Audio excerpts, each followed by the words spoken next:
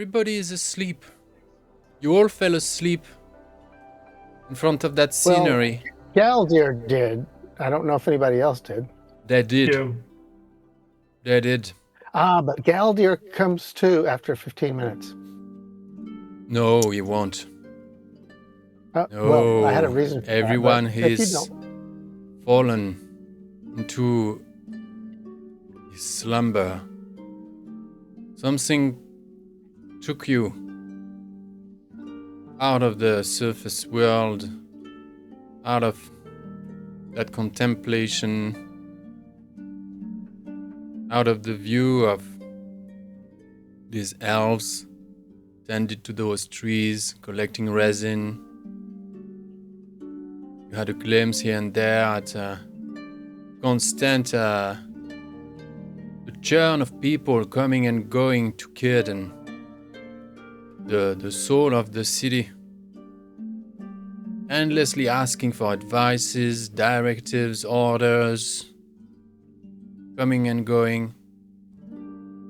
Meanwhile, he keeps doing just little things. He just gives a little tip here and there, and advice. He collects the resin. He does very practical things, and the scent of it all, the river behind the eaves of the forests, just arrived. Your knees still, in pain. The sole of your feet, the sole of your shoes, now gone. You got rid of those 9-10 rings or so. And mid-sentence, Galdir fell asleep, and the others just fell soon after into a slumber of another kind. You've been out many weeks since Rivendell, on the road, non-stop, under any kind of weather, the rains and the mists and the winds, the rivers and the plains and the hills, across the Sandford, met new friends, parted with old friends, made enemies, faced orcs, parted with Irime, off to retrieve the Palantír with the captain of the warden, Irien, and their scout, Mani, a young Hobbit. And whether from exhaustion or just the hypnosis of the scenery, you just fall. You will be out for an indeterminate amount of time. You will have a dream, each of you. As a side note, Bungo, the egg bearer at this point, will be also sleeping, conveniently. But your dreams, your visions, these echoes, are they coming from the future? Are they coming from your past? Are they visions from high above? Are they the vision of a dead man waking up in his tomb? What do you dream about? What do you see? Is this a vision made of fear and dressed in nightmarish figures? Is this anxiety? Is this hope? What is each character now anchored on? What is the tension? What thread are you walking?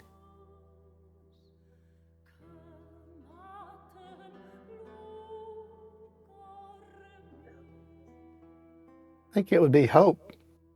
We've made it to the Grey Havens. It's a sanctuary. It was not looking good. and we have made it. And we have done some blow to the sorceress. I'm not saying, it's hard to say how big a blow, but she put some of herself into those rings, and we have destroyed a major collection of those rings. Galdir, you're talking these words facing a throne. The back of a throne. The crowned figure, white head, it's back to you. And you're addressing that king of old. As if trying to win his assent.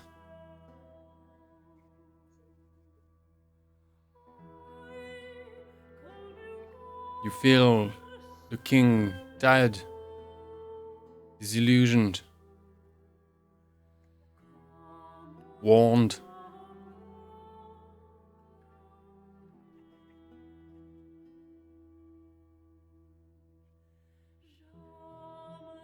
And he says, "Is that so?"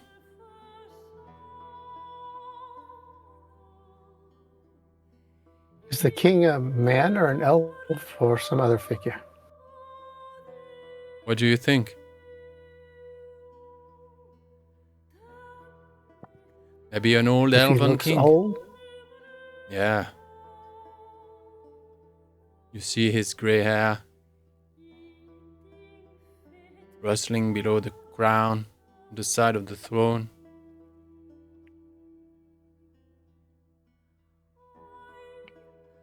Yes, that is so. It is no small achievement. We're not done by any means. But to have gotten here at all is an achievement. And to have gotten here and done a blow to the sorceress is a significant achievement. Yes, What have it is you so. achieved, truly? You brought ruin to the realm. You brought ruin. In your wake, fear.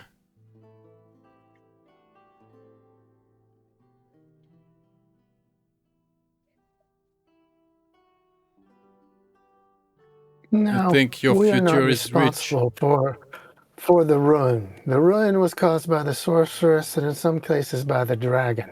We are doing what I can. We did not cause that, and that is an unjust statement. The dragon is being himself. You have been led astray. I am on the path. You are following. Smoke rises from a front that presence. It's not so much as smoke, that's some kind of frost air. Galdia's getting cold.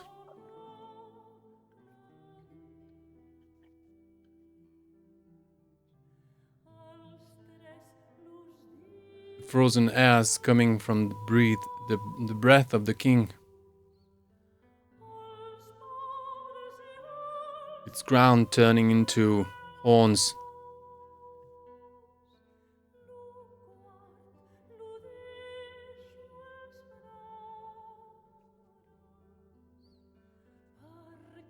We thank you for carrying us all that way.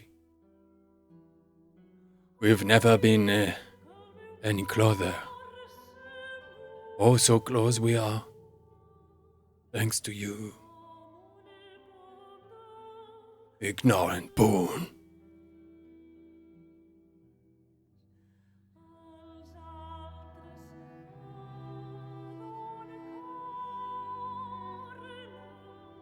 There's the hiss and the blur of fog, icy fog, envelopes you. You look at your hand, your hands, they are blue. You're turning into a statue. Roll Roll dread for 1 shadow.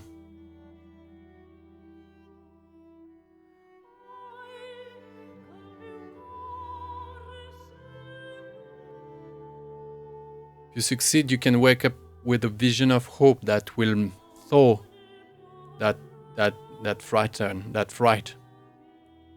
Will thaw that horror and wake up with some kind of confirmation that you can make it past that intimidation.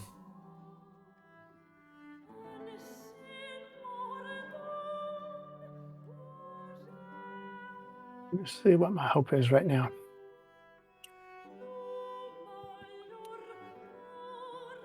Can you use hope on valor tests? You can? I guess You can use hope on anything. Yeah? I thought it's only skills and proficiencies. I wasn't sure. Alright. Yeah. Bank 2. For later draconic chat like that. The idea is not playing that game. What wakes you up? What remembrance just melts that illusion?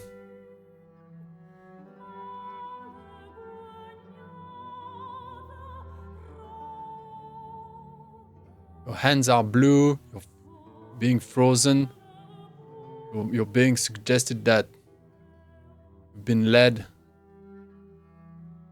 just as planned.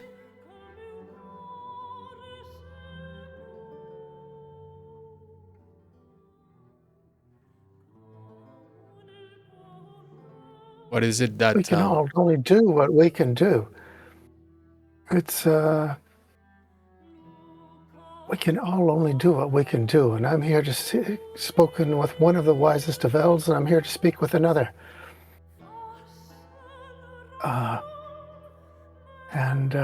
In fact, it's time to be seeing him. I look around to see if there's any detail I can notice that I might be able to convey to Círdan about who this figure is. If there are any runes on the walls or on the throne. Actually, I'll move around to the front of the throne and stare at him. And then I'll choose to depart. You see a withered elf with horns that grew out of its skull. You don't know if it's dead wood or wax. It's inert now. But you see a sigil.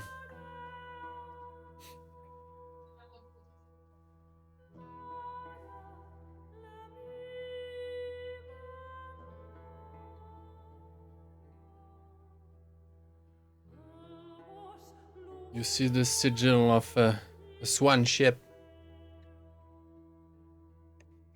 on his bust. The swan ship as in the one that Gilgalad took?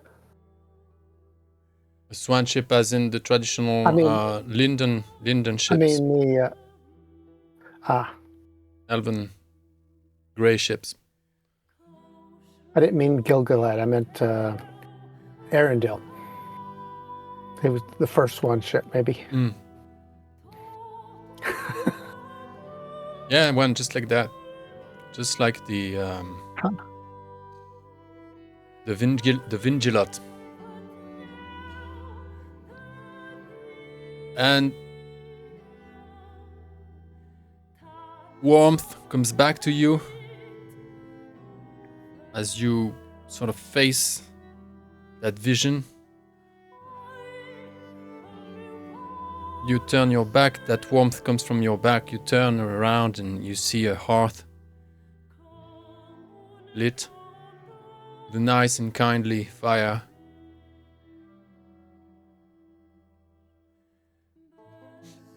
Are my comrades nearby? We'll see that in a minute. Okay. Well, if they are, at some point I want to lay, I know this is in the future, but lay a hand on each of them so that they can maybe feel some support in whatever dream that they're having. Very good. Nice one. Who wants to go? Okay. I can go. I think the feeling that Thorald has, Galdir said hope, I think for Thorald overwhelmingly is relief. So it's almost kind of crawling over the finish line. But then also deep inside, there is a part of him that is...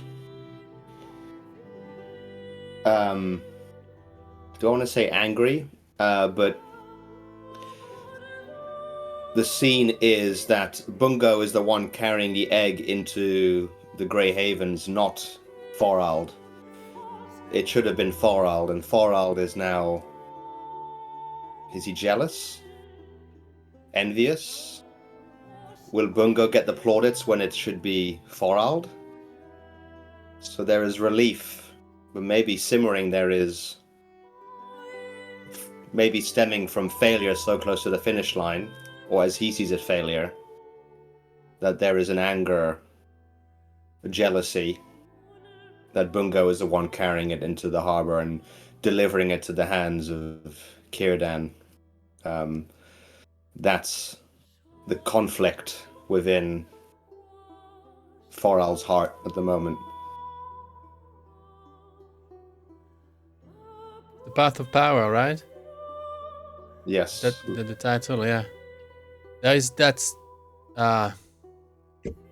flight of stairs that you know, with columnade, you know, series of columns flying upward towards that council chamber atop where the circle of elders, the elders of Lindon, the elders of the noble houses are waiting to get your counsel, to know what to do.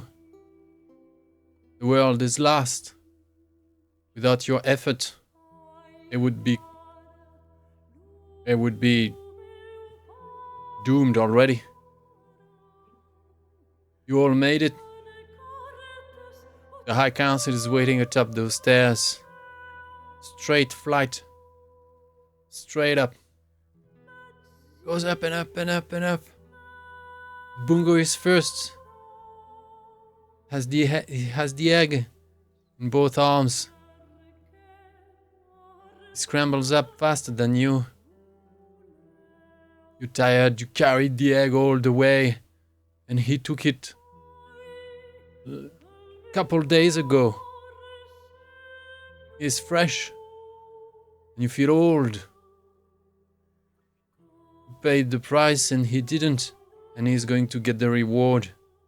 He's made it to the top of the stairs, and he's already acclaimed, received by the circle of elders. You arrive, everyone ignores you. The circle is closed from you.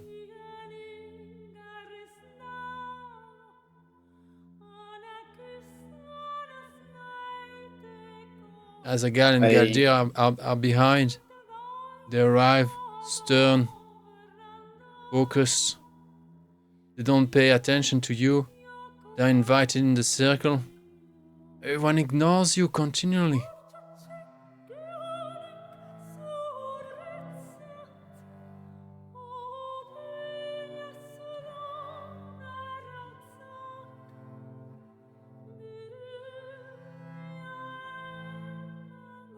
I feel, if this is the time to give my perspective, it's a feeling almost like either I'm getting smaller or everyone else is getting taller, that I'm crying out, but it's my voice is getting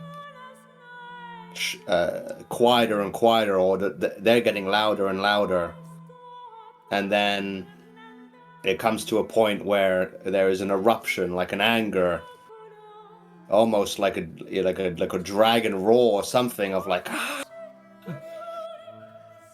just like a primal passion scream of just emotion. And then I wait to see if there's a response. I think you have turned into it. You're scaled. Turquoise.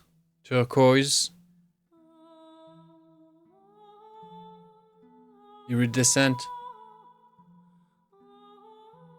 You're the ultimate creation. You're the ultimate creature. Your voice reduces them to a heap of needy and useless puppets to ancient customs and codes, afraid of moving a finger.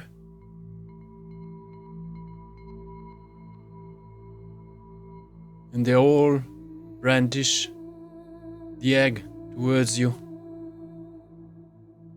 giving it back to you. Your hand is 10 times as big as the whole of them. You can grab the egg within 2 claws.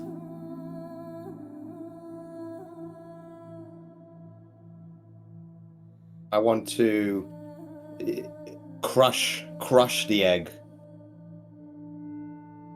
I'm the one that matters. I'm the one, crush the egg, and I say, this is your fault. If you had just listened to me, if you had just waited, why?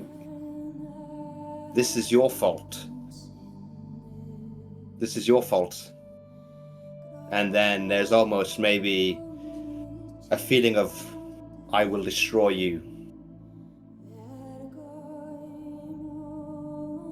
You're talking to the dragon, to your No, other, I mean, it's this is internally. It's like, crush the egg. It's worthless. I'm the one that matters.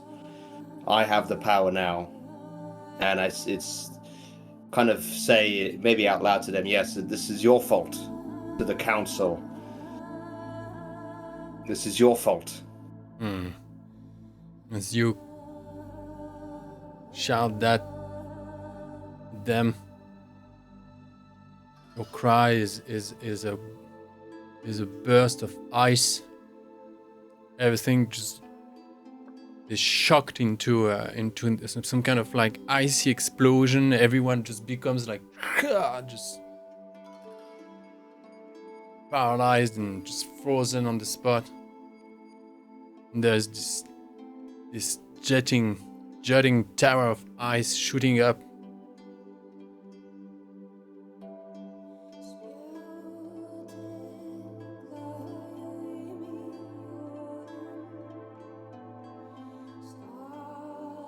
There is something in your nape that's warm.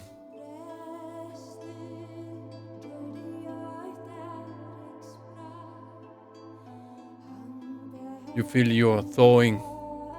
Your back is disintegrating.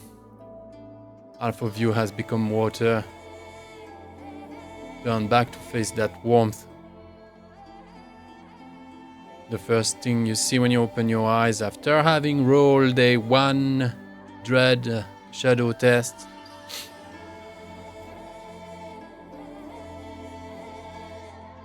You grab that warmth, it's Galdir's hand, and his eyes are he's the first person you look into after waking up.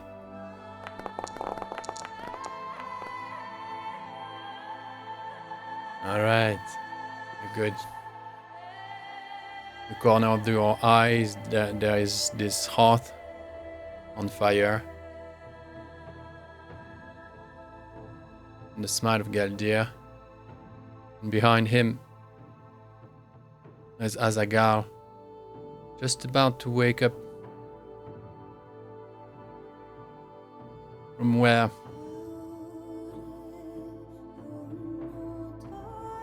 on mute, Azaghal. Sorry. What Azaghal is actually feeling is a sense of accomplishment. The party the fellowship managed to complete this step of the journey without anyone dying or being captured or being not being terribly wounded, because some of us were, but we managed to do this major step in our travel, and we did it. And even the kid survived, even though Azaghal doubted that. There were times that Azaghal actually doubted that the kid will make it, because he was the youngest of them, and after all, he was just a human. And while Azaghal was ready to actually step up and carry the egg, he was really glad when the Hobbit decided to do that, because there's still that little doubt that if he was to take the egg, the mission could have failed.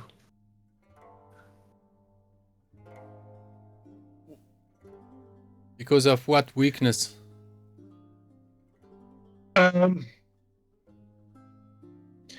Mostly, not anything in particular. Basically, Azaghal is afraid of failure, afraid of failing. He doubts himself.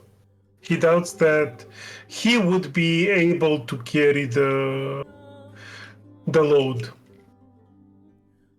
Not that he has anything apart from that dark day in his history that could tell him that he will fail in this mission, but still he doubts himself. That's what his deepest fear is, actually. The fear to be found wanting.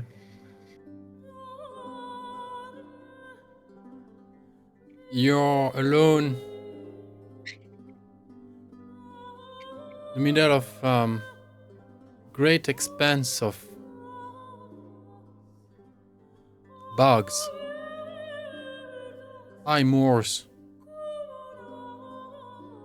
rusty and burnt, low vegetation and icy rocks and great open expanse of sky, grey sky, low, overcast, blinding sky. It's windy, you're cold, you're naked, you're the last dwarf.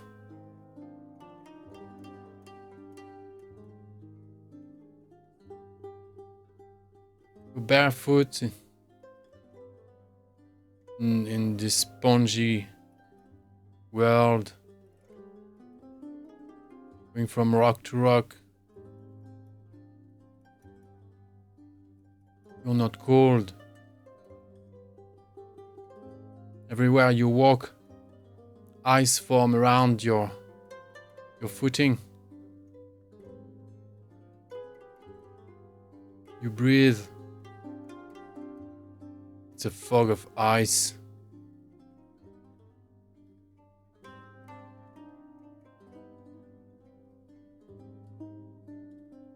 And for a weird reason, you think you're home. You think that's where you belong. You think the whole world is yours. And if you're alone, that is well. Just as it should be. For you're the one.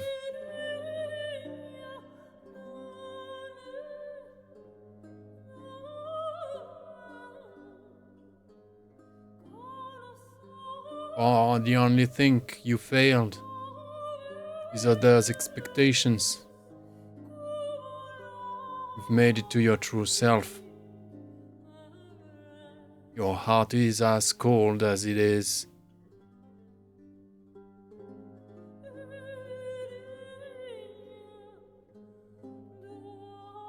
You're in charge now.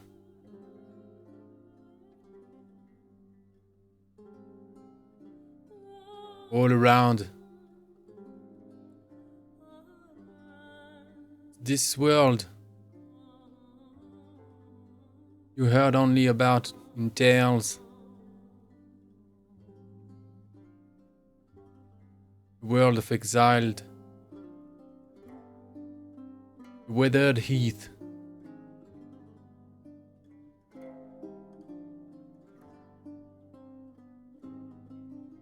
Ridges after ridges of moors, high plateaus, filled with bugs and treacherous ponds.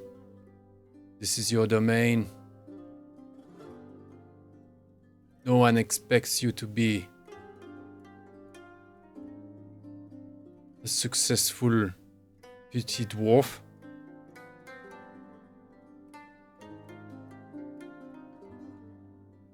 You're your own king, and this is your kingdom.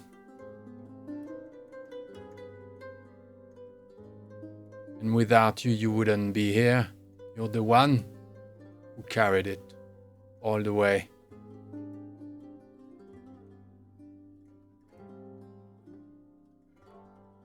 You were not weak. You were saving your strength for when it will matter.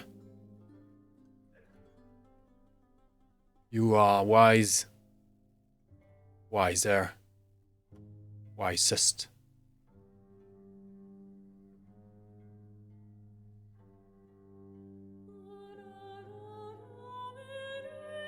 Your time has come.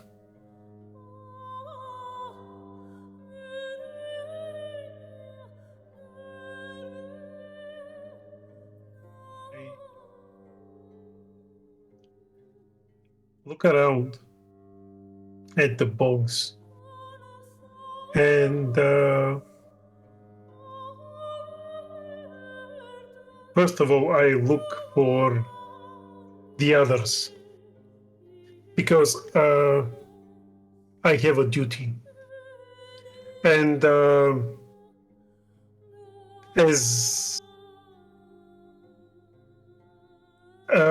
as much as their expectations are weighing me down, it's their company that gives me purpose. And if they are not here, then I will remake the world as it should be. Because this is not the world that Azaghal wants. And as a child of Owlet, he needs fire, not ice. He carries that ancient fire deep in his heart, even though... And that's what keeps him alive and keeps him going, no matter how cold it is or how cold he thinks he is. It's... he's a child of Belegost, and he knows what destruction is and what an empty hole, or what an empty dwarven hole looks like. And he doesn't like it. He's not... he has traveled alone, but he prefers the company of others. And he thinks that no matter the expectations they put on him and no matter how they weigh him down with their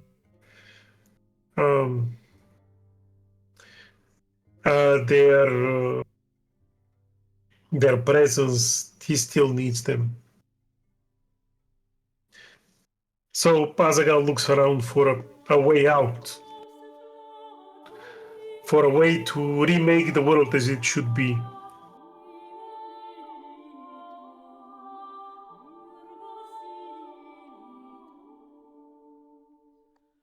Two things happen. connected. You see the invisible steps. You see the ice of the bog just break under the passage of invisible people. Their tracks leads toward the din of a forge. Mountain. You can see that mountain. Its smoke. The din of the forge. Within its halls.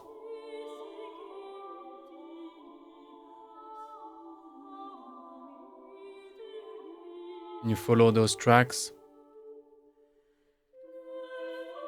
across the heath towards that homely home of a mountain.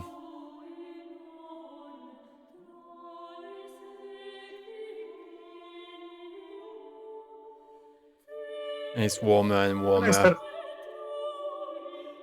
And I start to sing a small travel song.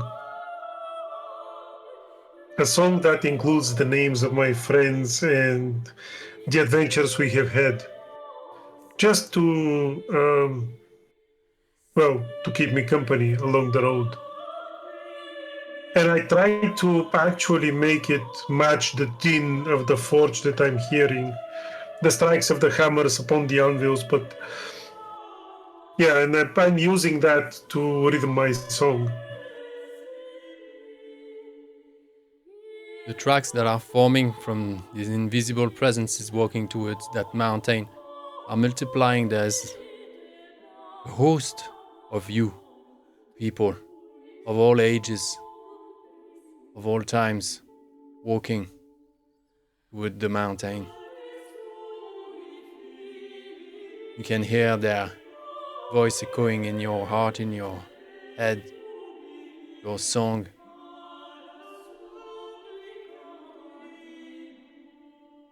Makes the road a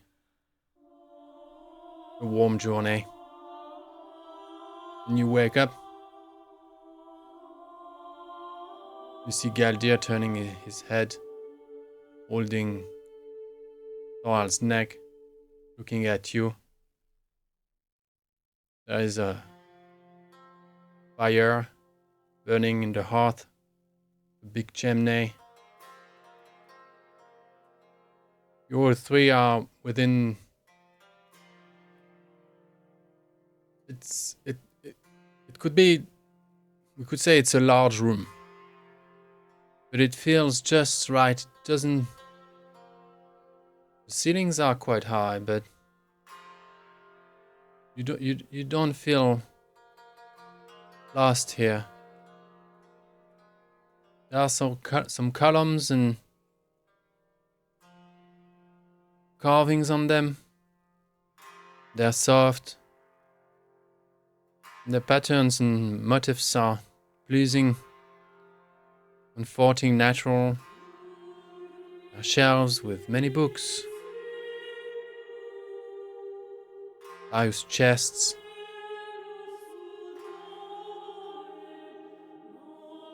With mysteries inside.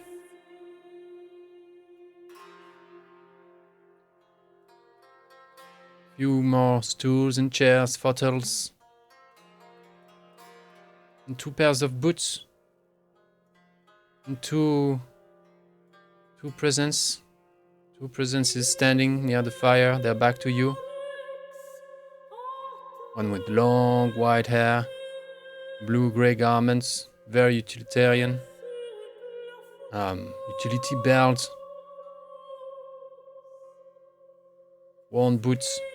The other, more proper himself, recognized the garment of Galdor. His blonde hair, he turns, acknowledge your awakening. There's a little photo where Bungo crunched on the around the backpack. He's just like holding it as if it was a hot bottle or something. And he's deep asleep. Nothing has woken him.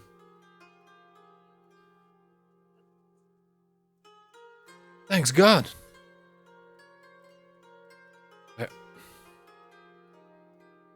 Eru, watch over you, my friends.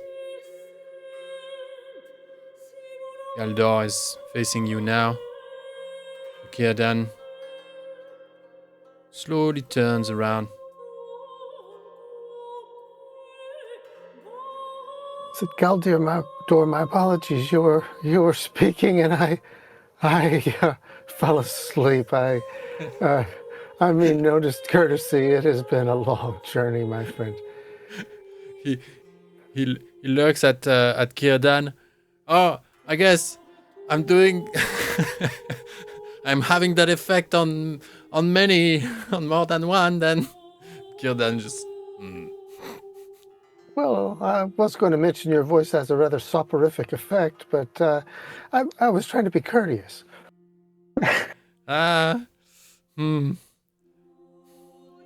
Well, I'm the head of the House of the Quill. After all, if I'm not able to put children asleep when it's time with a good story, what would I be?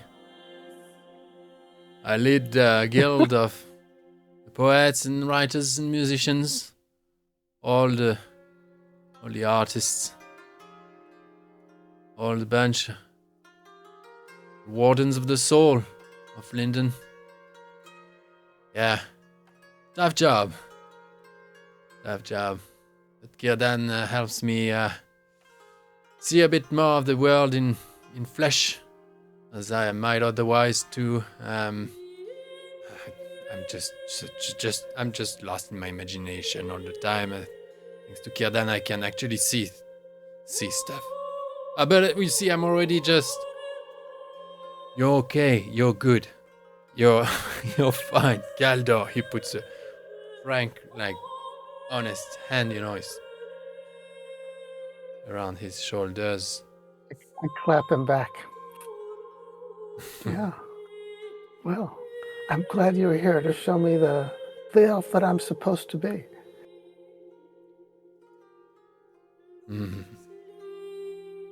Círdan. Too tall for an elf. Say again? You're a little bit too tall for an elf. For a proper elf. About my size with beard, that's the proper elf. Yeah. Well, you're going to have to look far and wide to find one so stunted. I mean, short.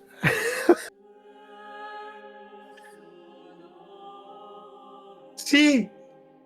You can at least grow a beard like Master Círdan here. Well, I've given it my best effort, and even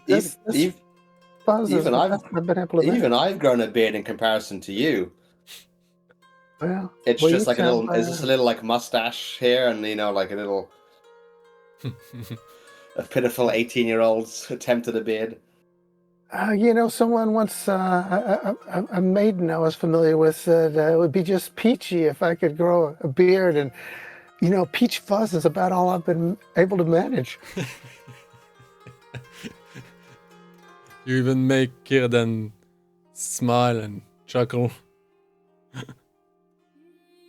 And he still didn't say much more, but Galdor says, I just give it another 6,000 years.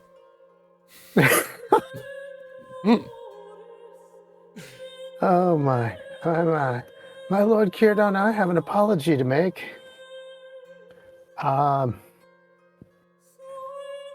Irien left me a dire ring with the intent that I give it to you.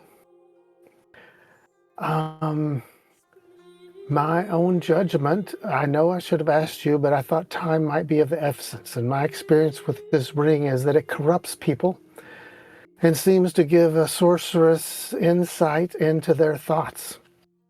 And Irien herself had handled it. Now, it may only affect men that way, but I've seen it corrupt 2 good men in extraordinarily little time. Mhm.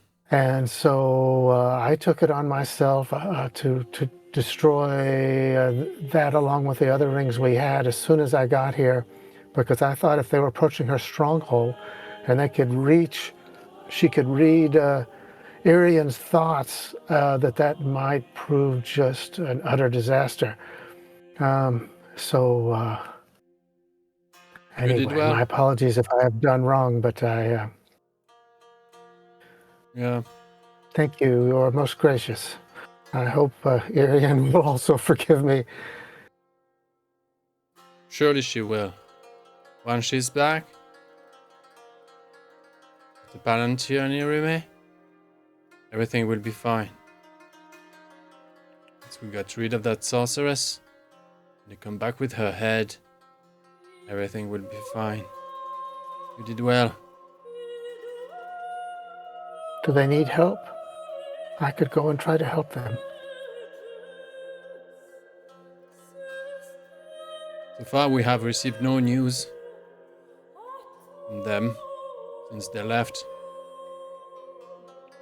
But it's been only 2 days, right?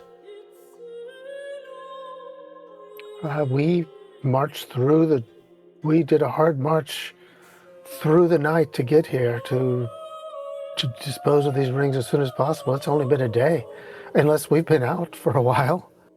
Indeed you have. Truly. We were starting to worry about the state of you and your friends. You 3 have been out for quite a bit. Naturally so, I would say. And here, Bungo, as I heard his name is, has still not made it out. What is up? This is most unusual because I had begun to feel that I could almost do without sleep. It's a new thing. I was pushing myself so hard and running alongside the horses and scarcely sleeping at all. I had come to a point where I was beginning to feel I could almost do without sleep, and yet here I have crashed for an unusually long time.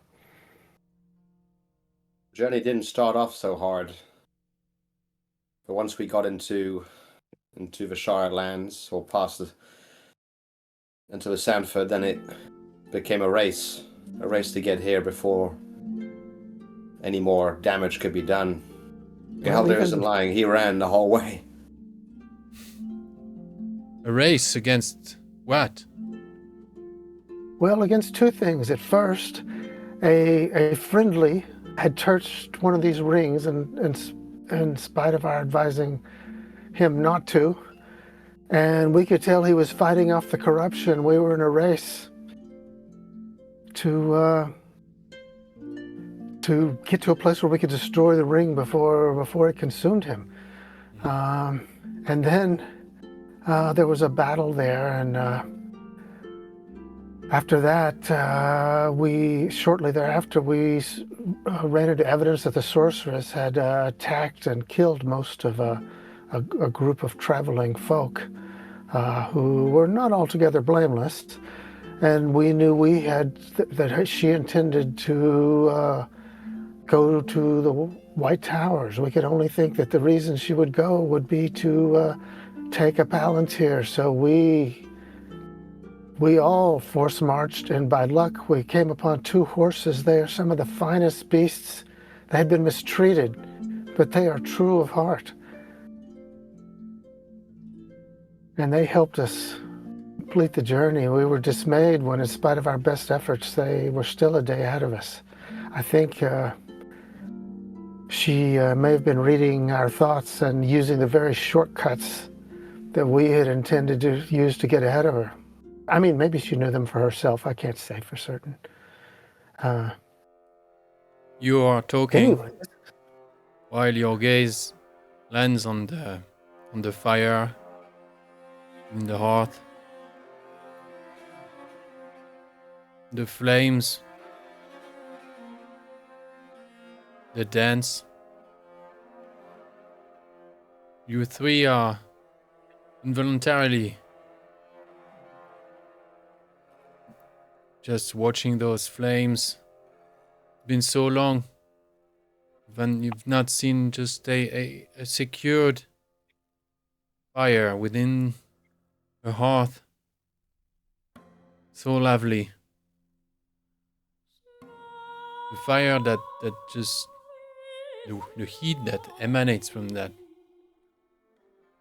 The way it is built that just envelopes you, that warmth. Suddenly you forget. You forget the threat of your observations. You forget the danger of the mission. Forget the weight of the burden. With +1 hope for everyone, you are in that other place where everything is possible. And you see a means to everything you would want to achieve now. You feel that just that potential to reach.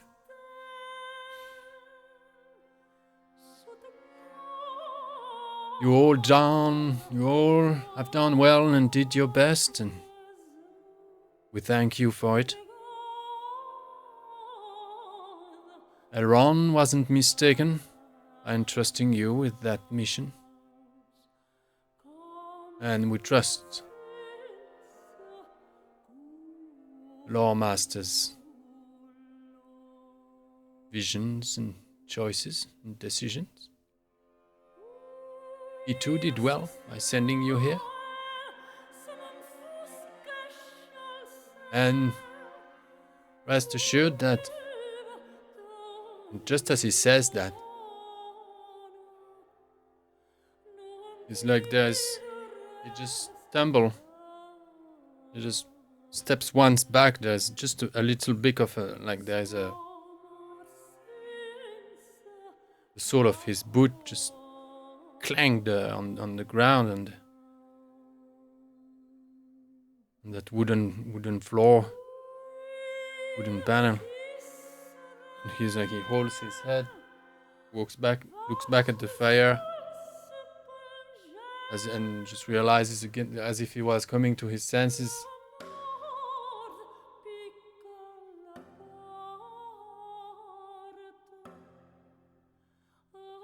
The pale soul, the diminished man. What about him? He asks. And Galdor goes, the one, old Murky, asking, addressing you three.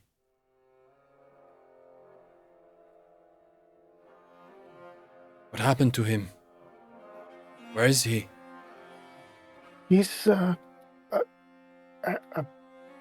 actually, I was about to speak, but I think I've been monopolizing the talk. Do one of you guys want to speak instead? You go. I was not here last session, so. How's it go? I feel like I'm monopolizing the role play here. Don't recall what happened to Murky.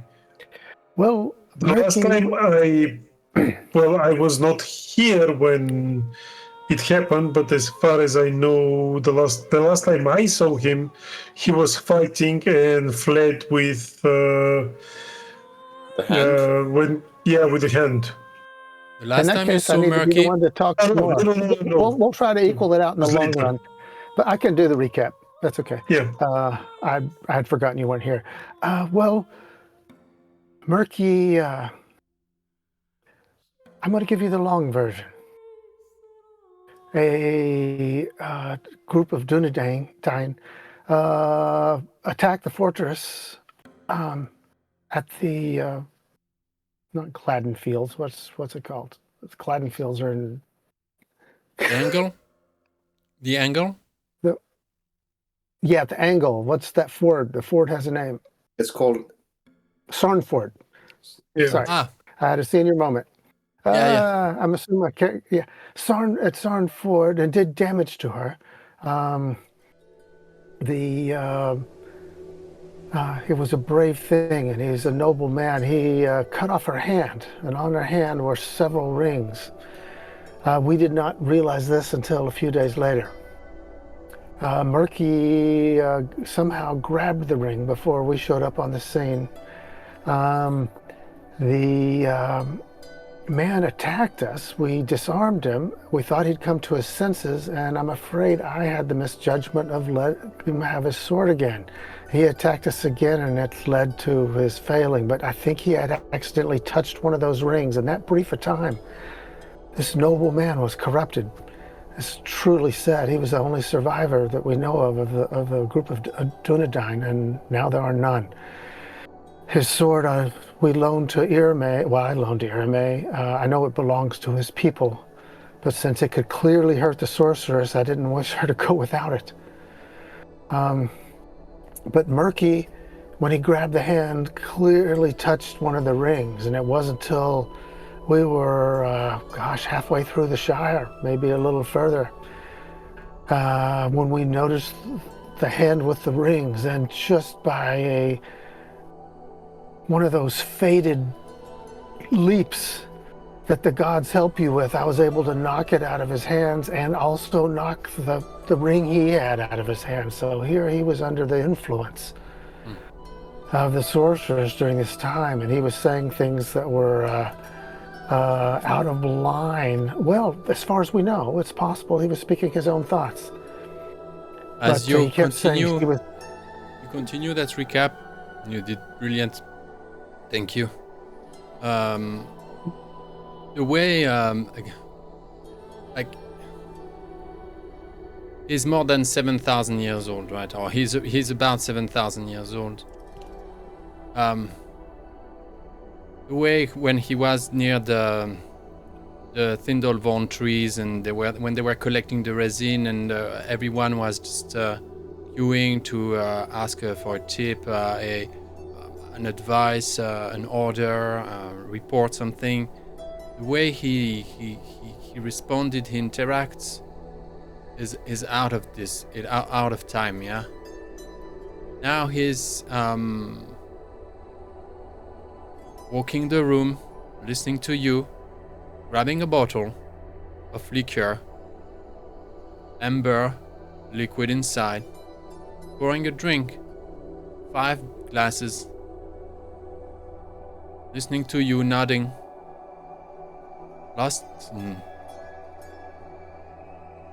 not lost, but just focused on, as if he was listening to you while watching super far across, above a battlement, and looking as far as he can to see something coming or what.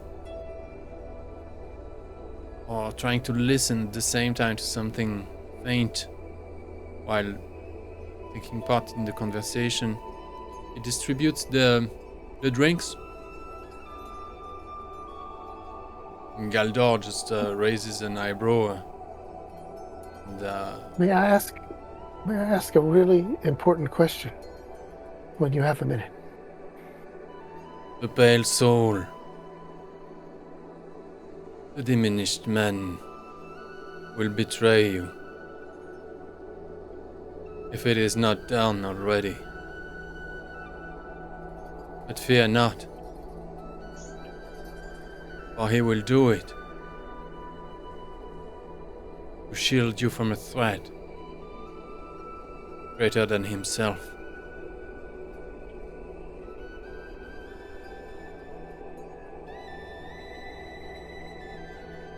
And Galdor just to be accustomed to Círdan's ways. Now let's raise a glass to our friends who've made it safely to the haven. Welcome, Mithlond. Lindon welcomes you. In the name of the House of the Quill, I raise my glass and acclaim your effort. This is a small victory worth winning the definitive and final battle. Welcome, friends. And cheers. Thank you for the greeting, and thanks for the great companionship getting here. We were all needed. We can't tell you how sorely we needed this. My lord, something is preying on my mind. Please allow me to ask a question. The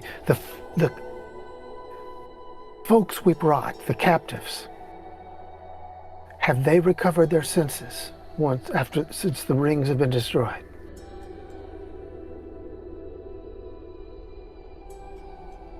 Galdor sits on a futon, appreciating the drink, a very strong liquor. Círdan, facing you, Galdir, about to answer. Glass in one hand, taking a sip. Puts a hand on Thorald's shoulder. Most light and delicate and warm touch you've ever felt. It reminds you of the confidence you got when you were a kid, when people you entrusted with love, and people who cared. They touched you, and there was this no shame in touching this. It's electrical, and you feel connected to something great. Oh, half of them have said Wollo is in not a bad shape. I have to say, he is indeed recovering. He doesn't know himself from what. Poor soul wasn't really aware what he was getting into. And we indeed want to interrogate him further. He will not talk as easily. Guards and people who are looking to intimidate him. He's a clever man. But the other, Watak, as she was called, indeed. Yes, my lord. I'm afraid she looks lost, and for good. We have not been able to communicate with her successfully. She is what we call a mad at this point.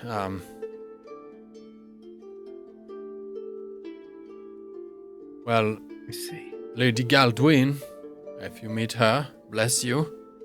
Melinor the Minstrel are taking care of that water over in Hayland.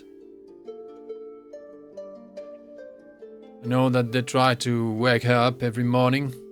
Enfin, it's been 2 days they're trying. So far, no good. They bring her to the Stone Garden in Hayland. Maybe you'll get a chance to meet them tomorrow morning there. And hopefully wake up that poor soul from her woken nightmare.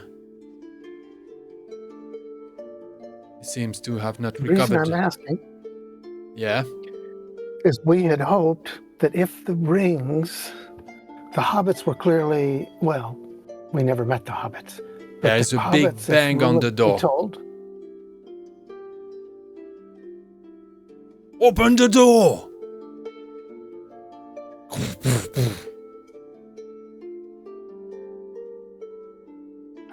Well, We know you're hiding in here. Círdan, we know you're in here with that band of lawless fools. Open that door Talking now. about us. They messed with the wrong dwarf. That Basically, door- Azaghal Yeah. turns and rushes towards the door. Say again. They're calling me.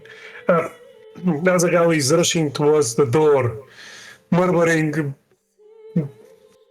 under his breath, "They're calling me lawless? Really?" I haven't seen Lawless yet. Well, I go down to a whisper because I want Círdan to have this information. We were hoping that when the rings were destroyed, the hobbits might be freed and therefore may never deliver the Palantír. The door If one of is the rings... forced open. Just it bursts, and two elves in arms enter. Soldiers. They are just they're not like they have not unsheathed their weapon, but they are heavily equipped. And they open the way for three tall, rich,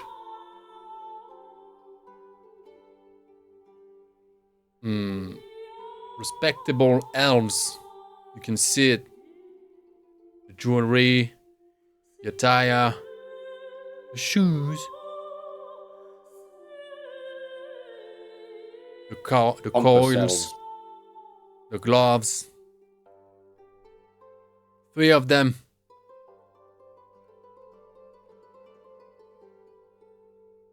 One in a blue and black robe adorned with silver, golden locks, blue eyes. The feeling is that of a hawk.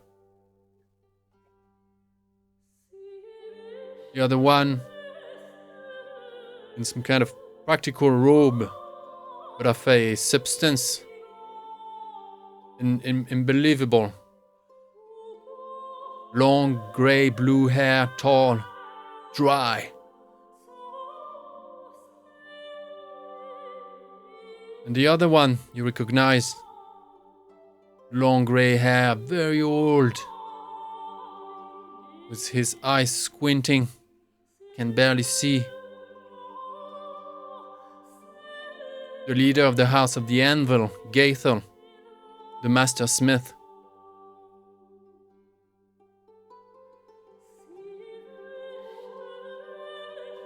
It shall go. And the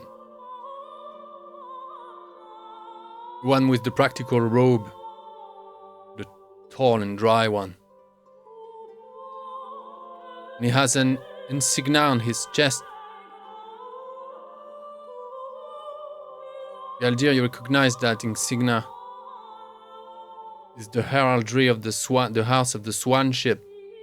You see, the exact same, like just micro detail for micro detail of that sigil you saw on the chest of the king you met in your dreams.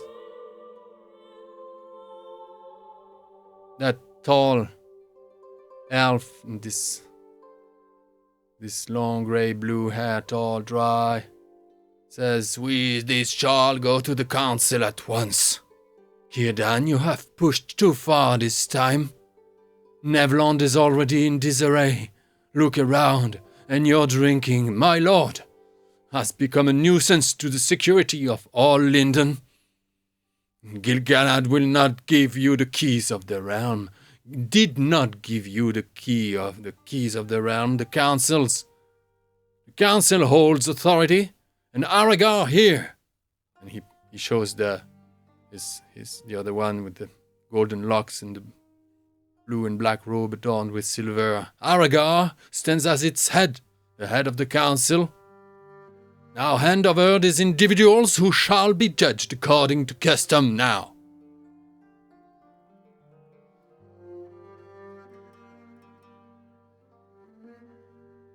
Círdan doesn't look very much more panicked than that.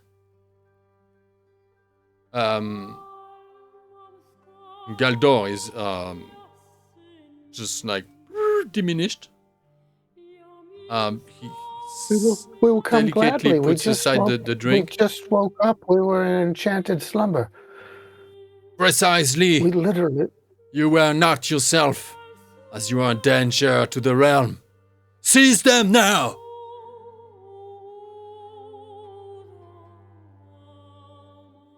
Well, your courtesy is lacking, but I will come with you. I toss back my liquor.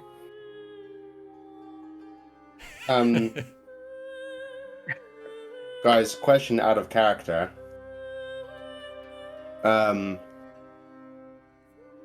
My instinct is to defend the egg here, or to kind of. I wasn't here last session, so do they know about the egg and what it is? I don't want to cause a kerfuffle over nothing, basically. Well, you don't know about these guys. Yeah. But Círdan and Galdor are in on the mission. Galdor was Okay. at Elrond's council, and it was agreed with Círdan to have you bring the egg through and stuff. You don't know those people. They're All right. they're an authority here. Of some Then kind. I will trust Círdan to Actually, do what is right. didn't we destroy the rings at the forge? You did. Yes, we did. All Yeah. of them. So yeah, Gathon knows. Yeah, he knows that we brought the rings and we destroyed them. That's the only thing they know. And that's what we're going to work on, the sorcerer's angle. Yeah. Well, So I look at the elf closest to me, and just say, if you want to go to a one-way trip to Mandos, try to lay your hands on me. I will come with you, but don't touch me. Roll intimidation. And you should know he's being friendly, by the way. As you address those one of those guards that is just about to lay his hand on you to show you out. Wait, why can't I click on my O? Should I click on? Oh, yeah? No? Yeah, it should be O, but for some reason I don't see the O. Okay. And I'm going to use a point of hope. Let's see.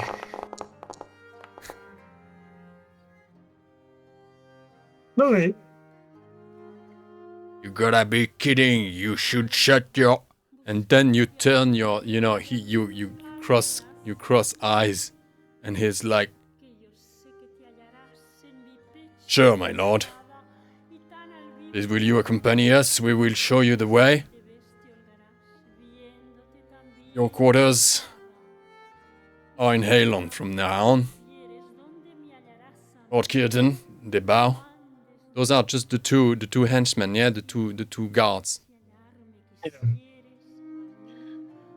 I actually look at them a little bit more friendlier, and should we carry our friend as well? And I point at Bungo. Oh, yes, we were waiting for him to awaken before we came in search of you. go ahead. I'll take his backpack. I'll help you guys out. I'll take his backpack. Grab the kid. Azaghal, you can carry him. Okay, I will. I give you a curious look, but nod. Was I supposed to You- leave it? Zagal, you take hold of and throw Bungo on your back, basically. Yeah. Thorald, you throw the backpack on your back, and it feels amazing. So good. It felt Yeah. good. You will save the world. This is it. You're the man, the true human. I'm gonna take the bottle of wine as well that Círdan had and say, for the road. Ooh, Yeah, interesting. the backpack goes on. the bagpan goes on, and I feel incredible. I feel like I can do anything. Círdan just like he falls from the seventh sky. Roll a courtesy. What is it? A courtesy, right? Roll a courtesy. Yeah, please. Could I argue this is? Well, it's not persuasion, but I want to argue that it is courtesy. Okay. Yeah. This might not go very well. You're not bad in all of that. What are your traits? It It's could not be a very- if you spend not a hope very- that you Oh. get two. Not a very good roll. What? Yeah. No, I have 2 in courtesy, but persuade or enhearten would have been great. Yeah. Oh, well. It's not a very courteous move, so it's a good thing. That He nods. Galdor was just about to try and grab the bottle back from you, as he knows like this is like vintage, like 3,000 years old or stuff. And older than it's older than Dale or something. yeah, it's just older than your kingdom. And Galdor is interrupted as he sees Círdan just faintly nod.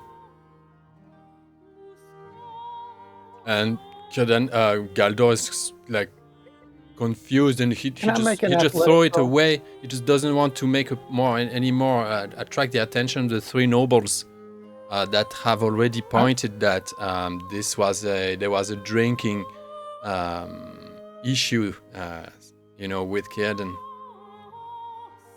Can we? I want to make an athletics roll. It maybe should be opposed athletics roll to like snatch the bottle from out of Thorald's hands, place it back on the table where it belongs, because this is clearly discourteous, and I'm assuming he just doesn't know better.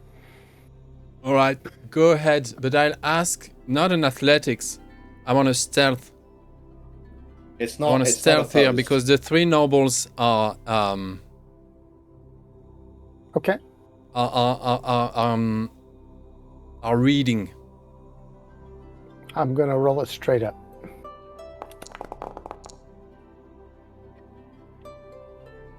Oh my! Wow. Yeah, That it looks as if you made a joke. You make it past Daniel. If Thorald lets it go, accepts that, Galdir can make that pass as if that was a joke, and we are going to move on. And that was just a joke. I put that back. Let's go. Thorald, are you okay with that? I would add. Oh yeah. Thorald is not going to fight Galdir's correction. Maybe you also manage to chastise him in a way where, in subtly, you like smack his hand or something, where he's just like, no. I like your learning Elvish humor. yeah. Good job. And I use his Elvish name, which I've forgotten. It's my name. It's near Sharif. You're Sharif. Near Sharif. You see the 3 the hope nobles. is using his name will make the others laugh. They and just then, shake their head. They just shake their head as it's like they're like, what a culture. The travelers. What is this? And to turn their back. You're led out of Círdan's room. The door is closed behind you. The hearth is the warmth of that place, the comfort, the security that was just raped, like there was this, we're out of time on a perch with a view on destiny, and 3 noble men came and took you. This is a place you will remember forever as, you realize that you were on the top of a tower. You're going down stairs after stairs. You're led on a boat, a shuttle that crosses the river. And we're going to go into in Hayland on the opposite shore.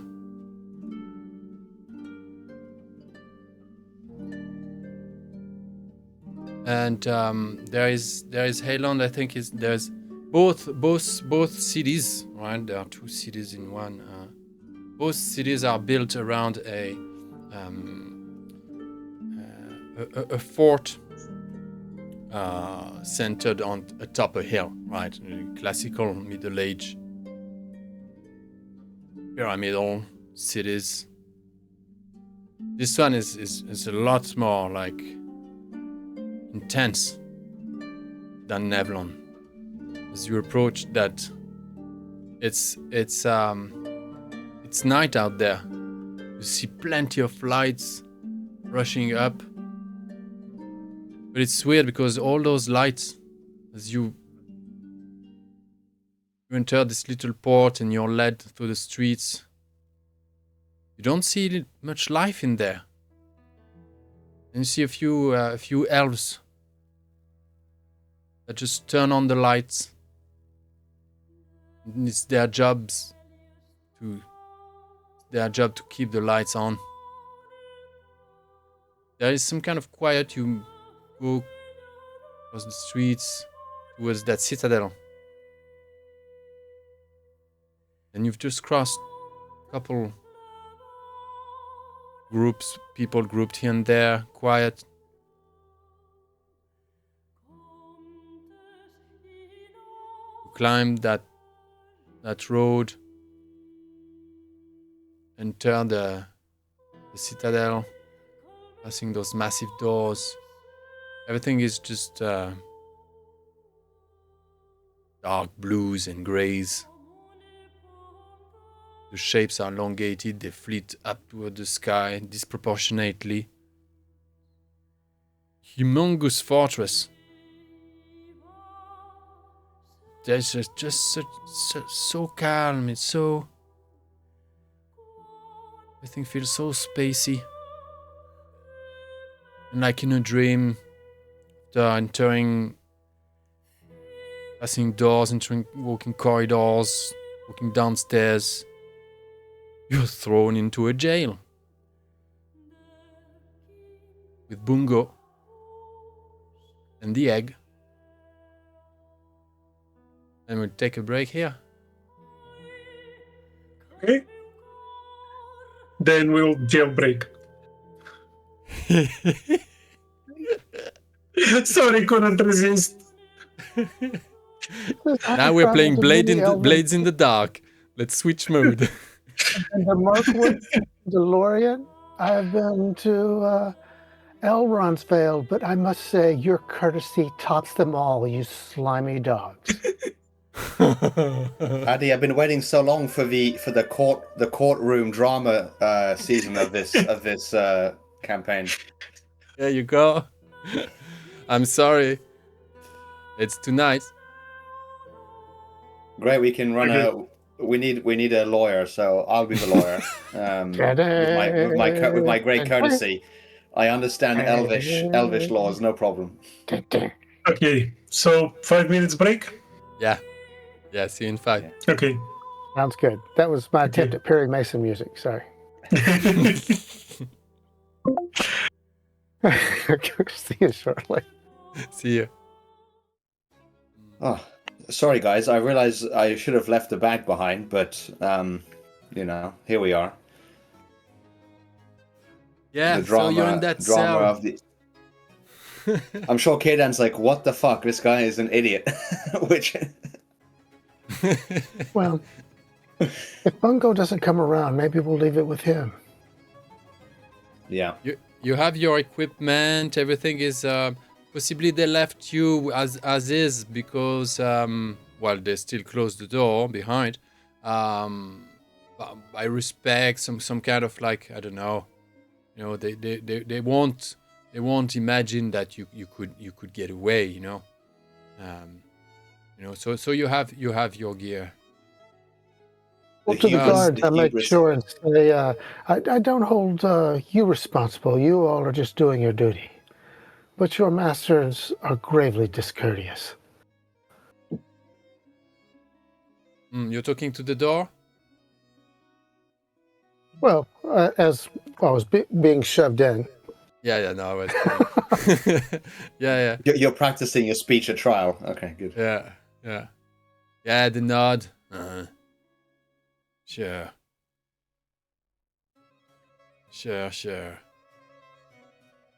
Soon you'll understand what's going on.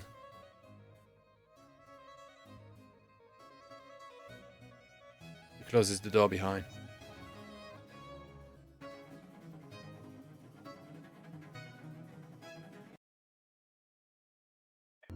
Well, gentlemen, I will try to do better than I did at Elrond's house and not let my temper get the best of me, because that probably will not be good for our negotiations. But Asgal, you have permission to nudge me if I'm getting out of line. Try not to break too many ribs, please.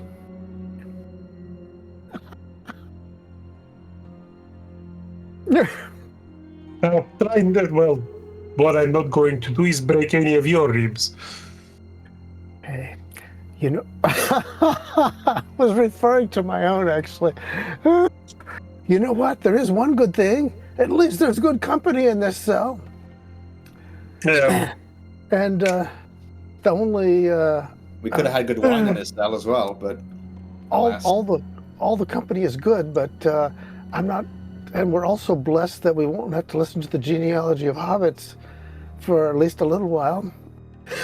Yeah. I was wondering where that was going, but yeah. Maybe possibly time for a little fellowship. Yeah. Fellowship point share. Yeah. We'll probably ought to use our see how many hopes are people down. I'll give In one the to meantime, Bungo, and you guys can have the rest. Singing a tune that's called "In a Cell I'll Be in a Good Company." Yeah, I'll teach you all my B-U-N-G-O, B-U-N-G-O. You know, if that doesn't wake him up, I don't know what will. Yeah, this is weird Maybe he's because faking being asleep. he's in a weird state. He's weirdly stiff and not well, sweating and troubled inside, but just in a coma. I'll just pat his back. And Okay. yeah, Okay. that's all I can do. All I can do. I wonder Well, when the that bad will news come about up in getting his up is dream. I hope I forgot to ask Círdan to take special care of those fine horses. I meant to go rub them down after we were done chatting. They haven't had a proper brushing unless, well, maybe the groomsmen have done it for me, but it's in such a rush. I didn't take care of them properly, and then we fell asleep. Did we decide how many fellowship we're getting? Is it 2 each and 1 for Bungo? That sounds good to me. Is that good for you guys? Sounds logical. That works.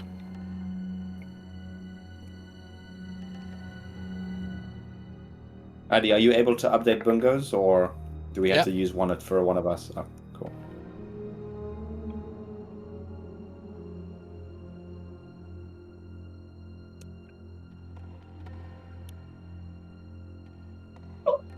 The room is not the worst. It doesn't see many drunkard or it's an old cell, the Arantian Palace. It's a bit musty, but not really nothing really it could make even for a great hotel room. You know, it's just bare of any really accessory necessities. There is this kind of like slanted opening that runs up, too narrow for, maybe not narrow, not too narrow for a hobbit to climb up, and there is just a set of iron bars out there. There is a slight reflection of the moonlight that just bounces on inside that shaft, but and in your left, possibly with a candle, there's the rest. You were spared half a candle. You have your gear anyway. You could cook and make. Yeah, we could cook, but I need to. Let's hold off cooking because I'm going to judge them on their discourtesy. I mean, it's one thing to imprison us because people act strangely when they're afraid. But if they serve us reasonable food while we're here, then I'm likely to forgive them discourtesy. If they're serving us gruel, then no, I'm going to hold the assholes to account at some point or other. So you've been already quickly. You've established already that you want to keep the egg a secret, and present your case as one of your angle is to do with the sorceress, and that is the crux of your mission, right? Yeah. Should we get our story right about that, guys? Yeah. So Elrond sent us to deal with a sorceress? What was the point of Yeah, but why did we split up? Why did we leave Irime? Why did we leave what? Why did we leave Irime alone Well, to do exactly what we were supposed to be doing? because we could, take care of the rings. The take care of the rings we had to bring the prisoners back, and we were not in a fit state to take the fight directly to her. They were riding fast on horses. We needed to take the prisoners back. I will not as quick. It was a split second tactical decision made by, what was her name? Irien. Irien. Well, also we only had 2 horses. Yeah. Yeah. And our horses had been hard pressed. They would have been hard pressed to keep up with a speedy troop. And they had no horses to spare for us. It seems thin, doesn't it? I mean, from a tactical point of view, that makes sense. If we release them quickly and we can bring news to Círdan and destroy the rings, we are doing our job while not actively being the ones fighting her. Yeah, and also we intended to immediately equip and turn around and follow them as quickly as we might. But then we fell into this slumber, which is clearly a sign that the sorceress didn't wish us to, was trying to prevent us from coming to their aid, right? We shouldn't go that way, because that would mean that we are still compromised. Mm-hmm. It's better that we don't know what exactly happened to us, because that's actually the truth. We don't know. I mean, we could say, which is true, we were all very tired, but that was a magical...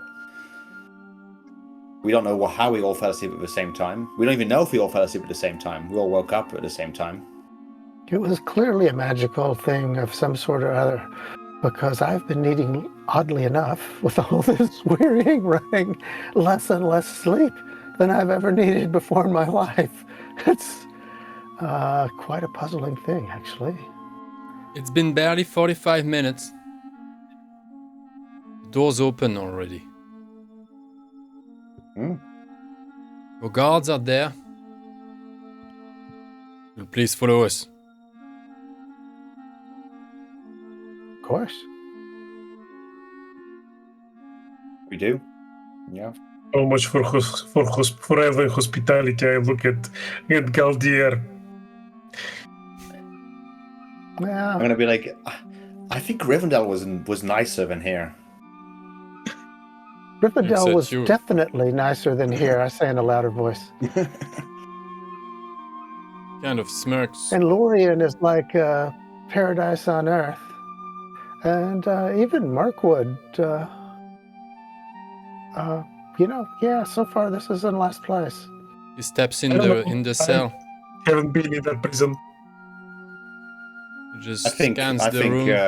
What about your friend here? What's wrong with him? He sleeps. you can try carrying him if you want to, but he's been. We have no idea what's going on with him. If it's okay with you, we'll leave him here. What is your wish? They look at each other. I'll be fine. Something He's isn't just right a here. halfling. They close the room. They close the room. Clearly. Now you're leaving your pack with him, kind of propping his head on it. Is that? Yeah. Okay. I think that was very wise. I wasn't sure you had it. I wasn't sure you had it in you, though. No! It's mine! It's mine! Hey, okay. You don't know that. That's just me. I know. I don't know that, but I think I've gathered from the very weird looks I got from a few people that maybe I shouldn't make it so obvious, but it's mine. Yeah, I did it, but I'm leaving it there. It's my decision, no one else's decision. Okay.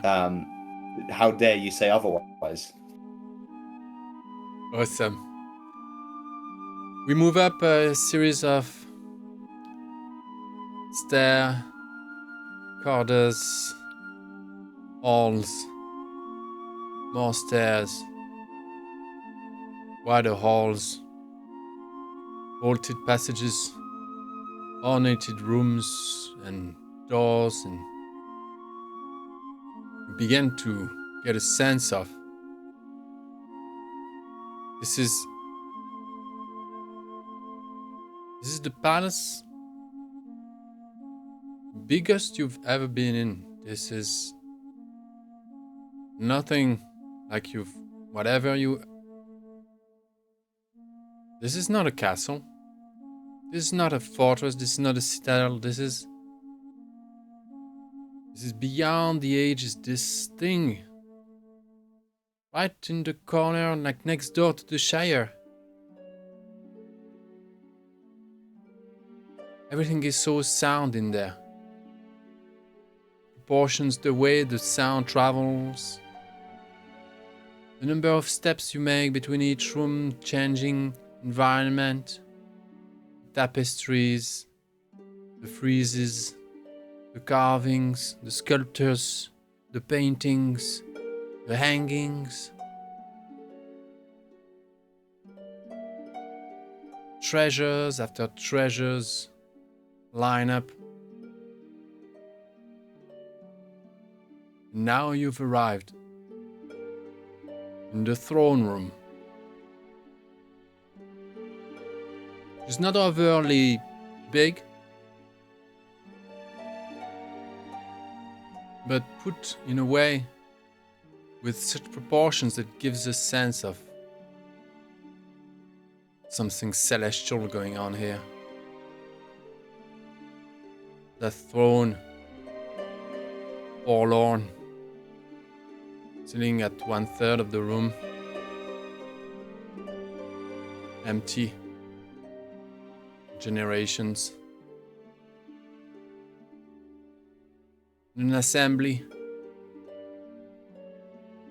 of 2, 4, 2, 4, 6, 2, 4, 6, 8, 10, 12, 11. Without the guards, the two guards that let you in, they just swiftly fade. You magnetically lock on with Galdor and Círdan's gazes. That you can straight in. You look for something you can rest upon, in that circle of elders, all dressed in finery. Recognize the three that came and interrupted your stay at the hearth of Círdan. Gaethel, the Master Smith, the House of the Anvil, that indeed helped you burn the rings with his son. I couldn't remember the name of his son, if we had given him one, but I came up with another one in any case. That would be a 12th, because his son will be there.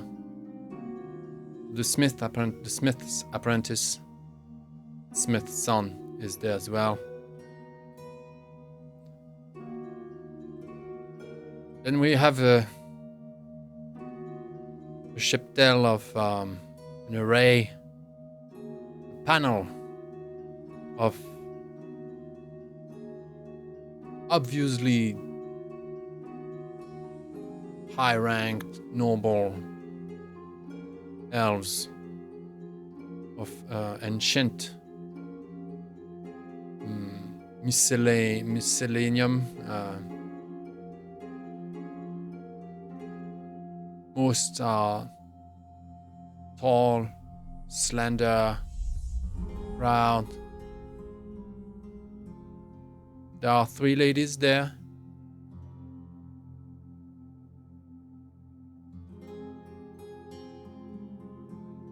And they form a circle.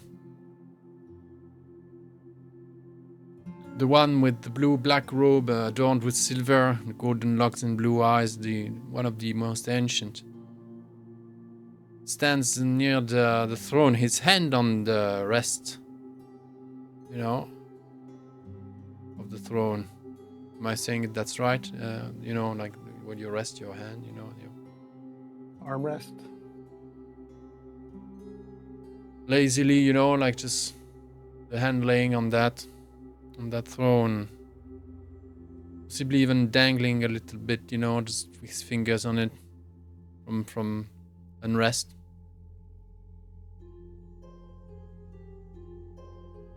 The voicey one who addressed Círdan so openly, with his practical robe and long blue-grey hair, tall, dry, the dry one is next to the throne on the other side, near the smith. 2 ladies on his side. On the other side of the throne, near the other man with the black silver robe, we have one in shining armor, mail armor, dark grey eyes, tall, immensely tall. And he really looks like a brute. He's not, probably not all Lindon elves are on vacation in Mithlond.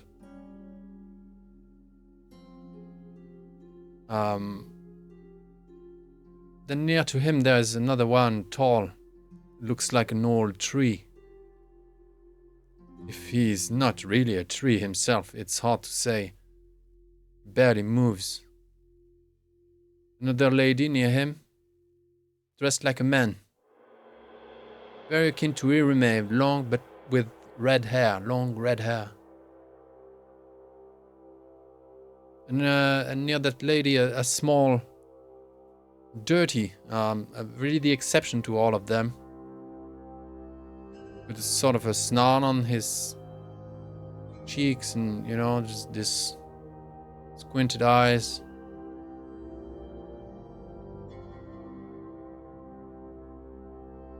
As you approach, you realize the smell of the room is weird.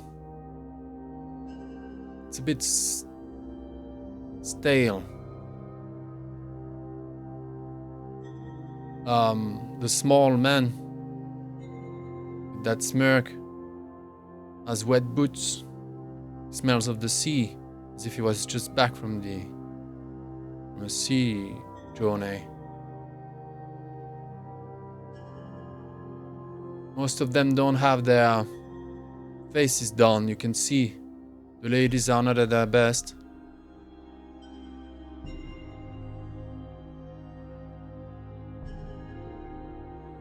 How do you approach that circle?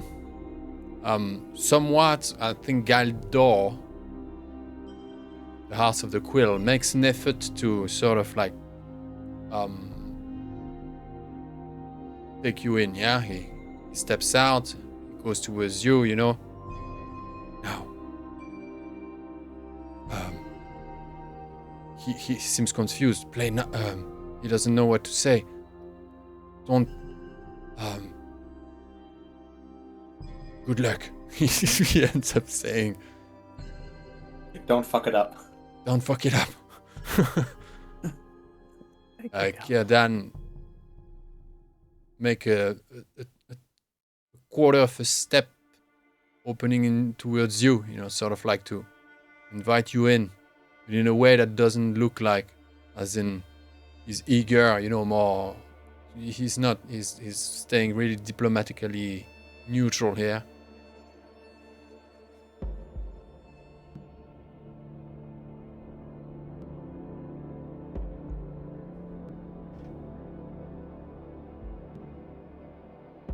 You let yourself drawn in by that power, so to say. You approach? Question mark. Sure. Well, I will, unless. I think we approach in good order. I mean, nothing to be guilty about. Very good. They are murmuring between each other. There's a theme going on. There's a threat in the kingdom. Well, the realms.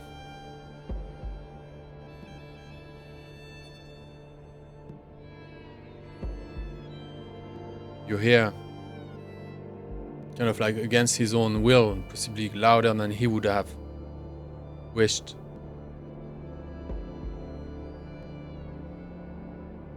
The one that was pointed at you as Aragar, who has the keys of the realm, the head of the council, the one in the black and silver robe, an old person, Aragar, the Castellan, the keeper of Arantarian,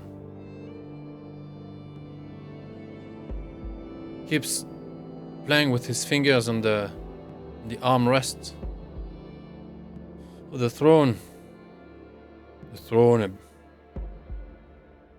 incredibly harmonious structure of wood and silver and gold and pearls. And he says, amidst the murmurs, a bit louder than everyone, "If only Gil-galad could tell us what to do." Distress, poor man.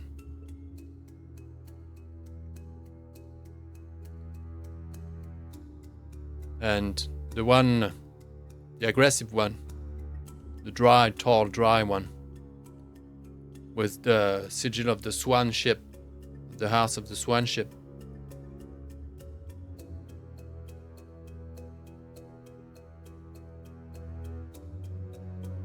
Gaethil, the house of the anvil, addresses him and says, "Brigadier, you can't be serious."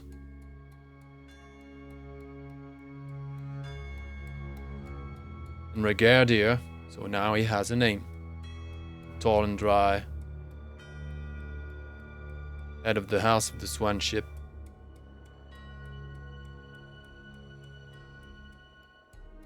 "Indeed, I'm telling you, this is going nowhere.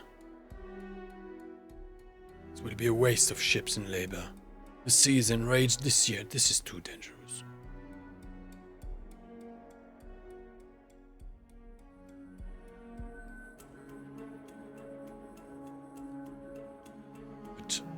And Gaethel, Forge has shut down since that manipulation with the rings. I'm telling you, something isn't right.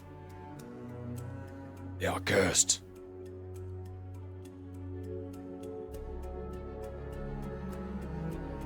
The two ladies feel interrupted as they see you approach. Then they sort of like rattle their throats.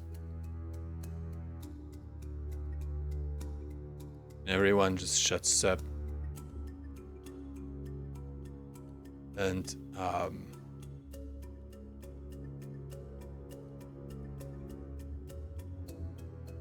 the way they turn towards you, just like birds of prey.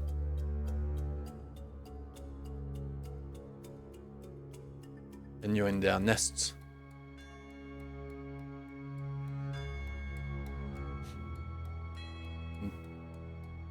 Galdor sort of like make a courtesy towards you so you can introduce yourselves. And that will be the beginning of the council.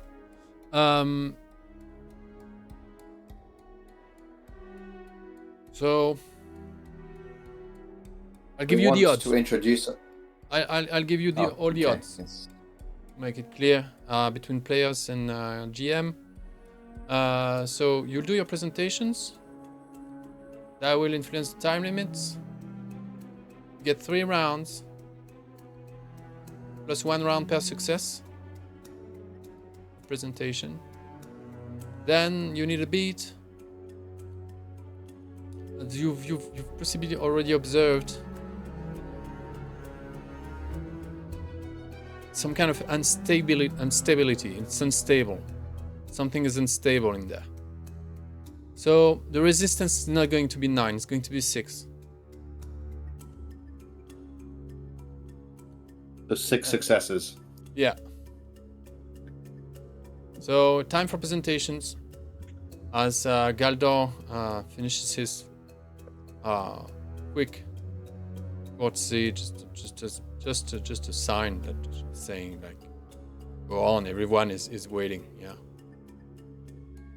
Is the introduction part of the council usually a courtesy? Courtesy, song or riddle. Okay. Was it? So I think so. we have song potentially with Azagal. Yeah, I can sing if needed. But purely on statistics, I think I think I should start. Go as again. Okay. I mean, it's perfect. The dwarf. Do you want it? Yeah. The dwarf. Yeah. Yeah, the tallest of us. So I step in front of my comrades and start a song, a particular song that starts with Gil-galad was an elven king.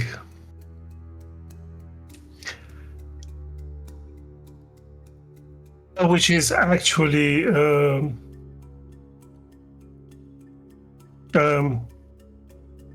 sort of a way of to tell them of their loss and that they actually have to deal with anything that comes their way without the advice of their wisest and the last of the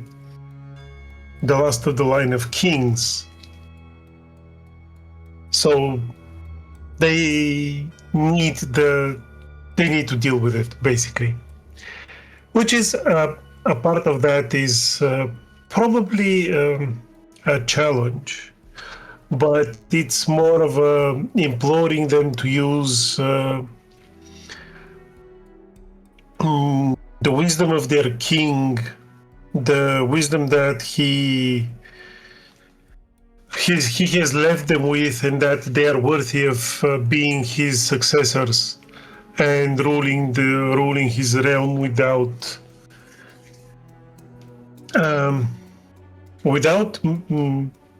much trouble for the past couple of thousand years.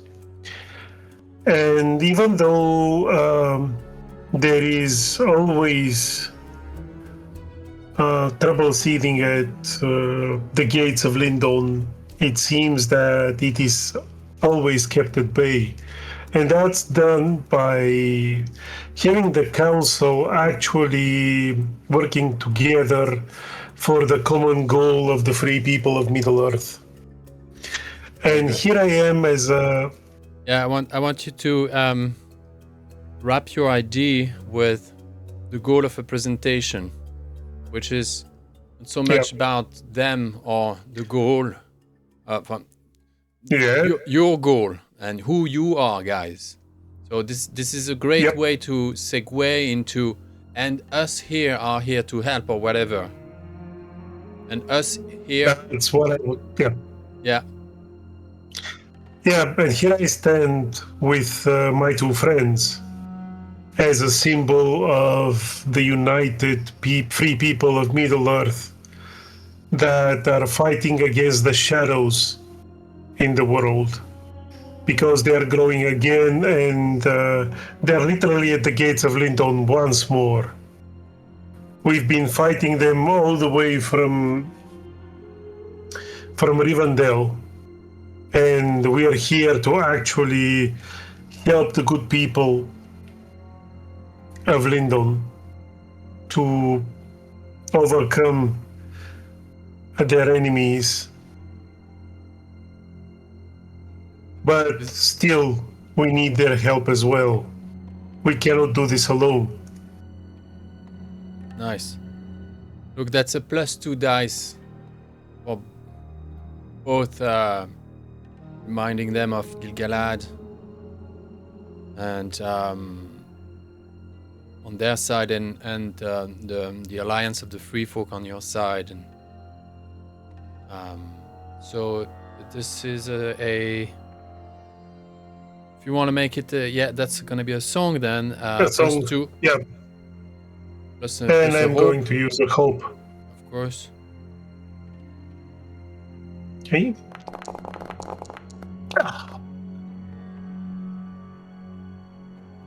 I was about to ask, success. do you push that? This is another game. But at what cost? At what cost? At what cost? Okay. At least it's a success. You have 4 rounds to net 6 to beat a resistance of 6, which So 5 more. No. That's +1 to the 3. 3 by default, +1 for the success in presentation. So you have 6 rounds. Okay. 6 rounds now. From now on. Okay. 6 rolls. The presentation is a different. Okay. Sequence start now.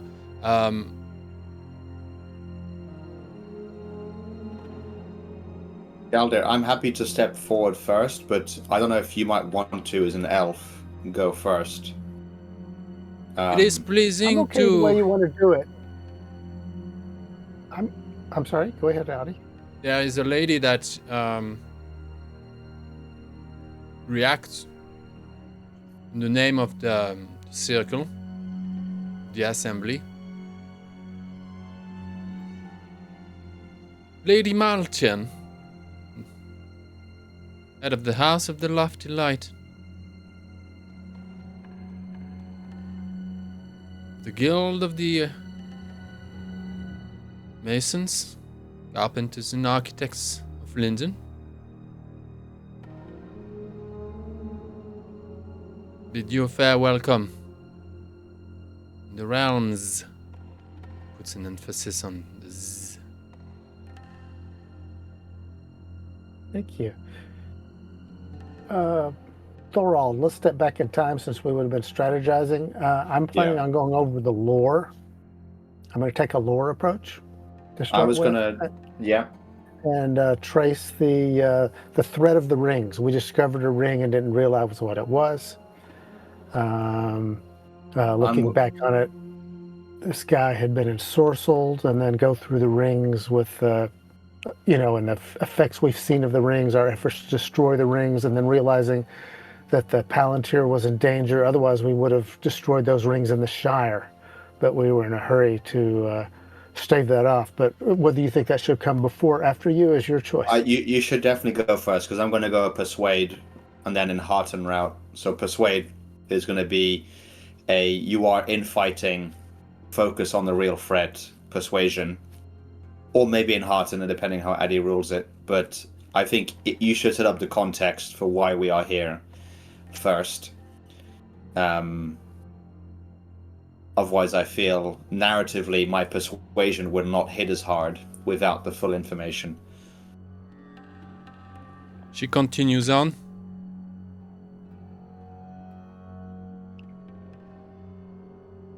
You're Thank you. aware,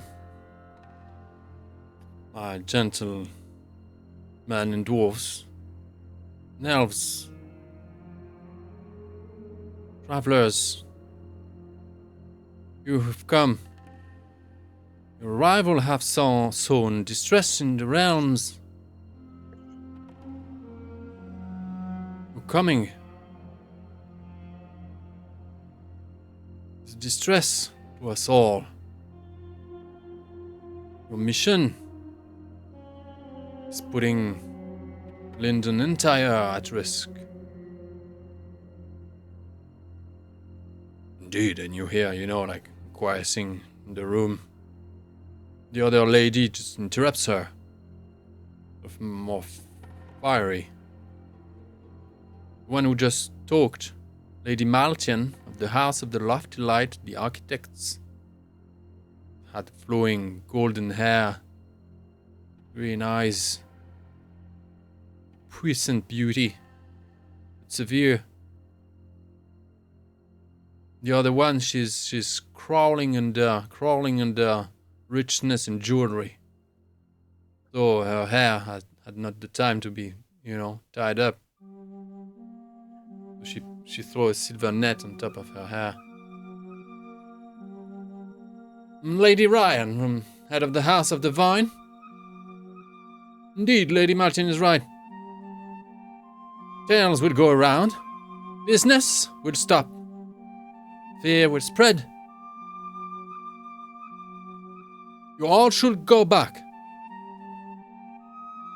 You're not welcome in Lindon. She goes. And Regardier, the old Andrade, and Aragar, they're gonna mumble, yes. Right, round one.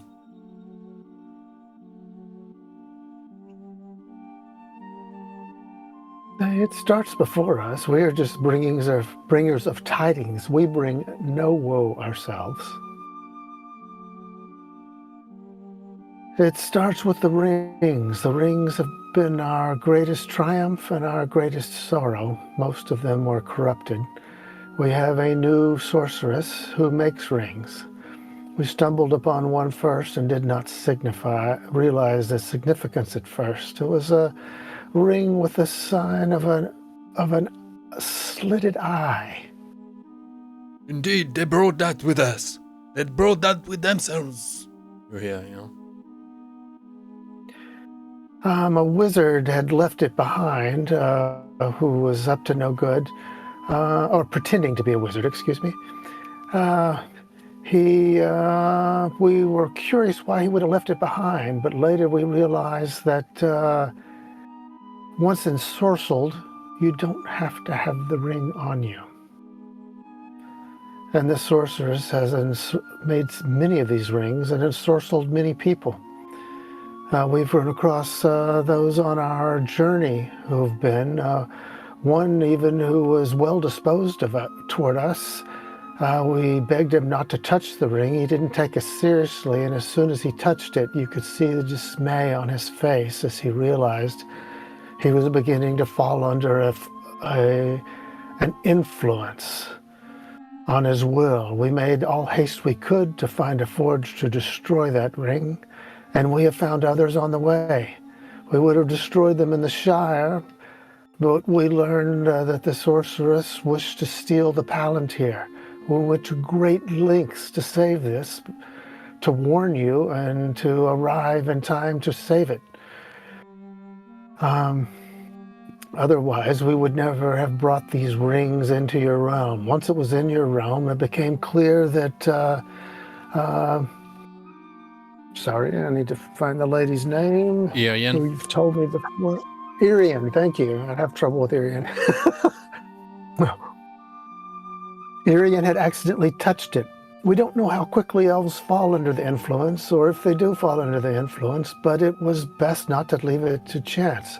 Furthermore, she had ensorcelled 2 halflings, she the sorceress, who had the Palantír.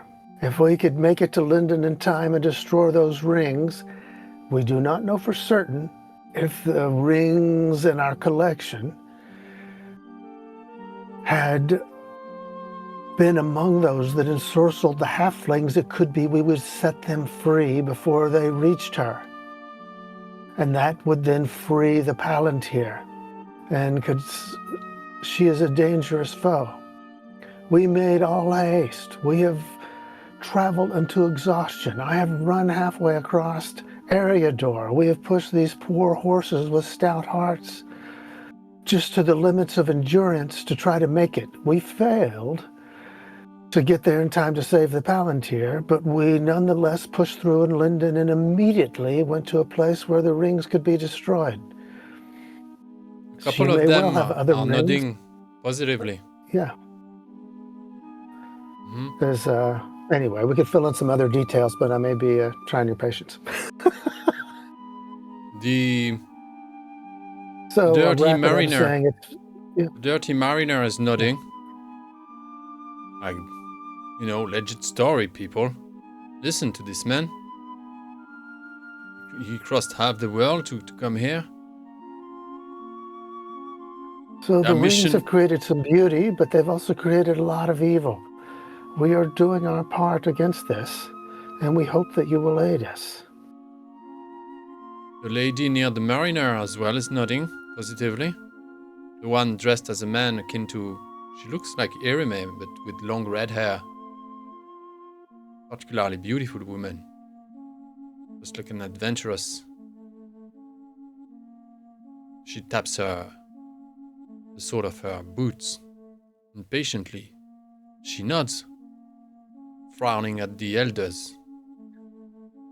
Galdor nods positively. Indeed.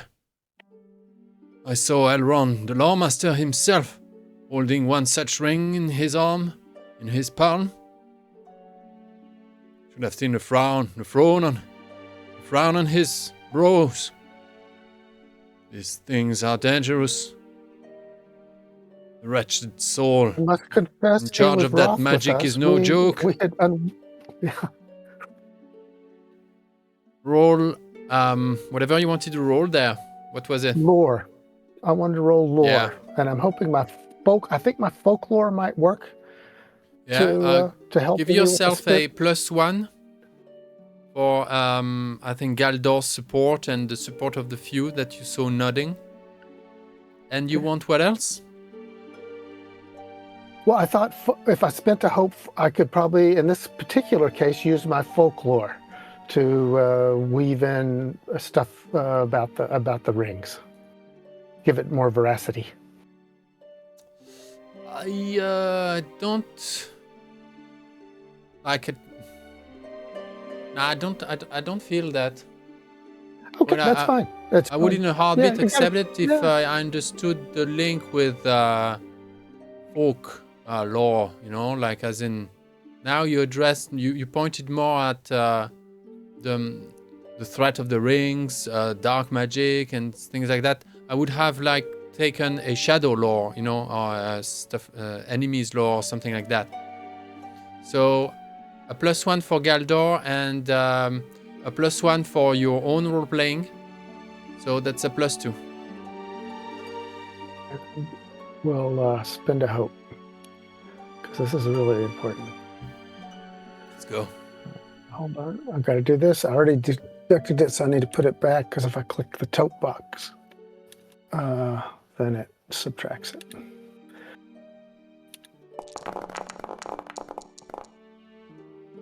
Yay, man. Let's go. 2 more successes. We're already halfway. Oh no, man. This is the first roll of the series, right? It's the first roll, yes. It's round 1. So we are a third of the way there. Okay, round 1. 2 successes. As Galde kind of steps back from the center of the room, I will give him a little short bow, and I will walk in, and I will bow in succession to each section of the room and say, "My lords, I humble myself before the greatest elven lords I have met. I am but a humble son from Dale, almost halfway across the world. But I am not alone, and I will take off my cloak, which Elrond gave me, which has the symbol of the I forget, it's the chair, the ship in the sky. We said, and I Okay. would say, we Arendelle. come. It was Yes. linked to his father's. Yeah, Yes, exactly. And I lay it on the floor as the Vingilok. almost like a symbol or like a focus point, and say, we are not alone. We have come from Rivendell on the missive of Lord Elrond. There is great evil abound in Eriador. Evil that my friend and my fellow Galdir has described to you. This is a moment. This is a test. The moment where the great elves of old and present must decide the future of the land in which they reside in. But much like in Dale, we could not do it without the support of the dwarves and the elves of Mirkwood, and a hobbit from the Shire. It takes people from all over the world,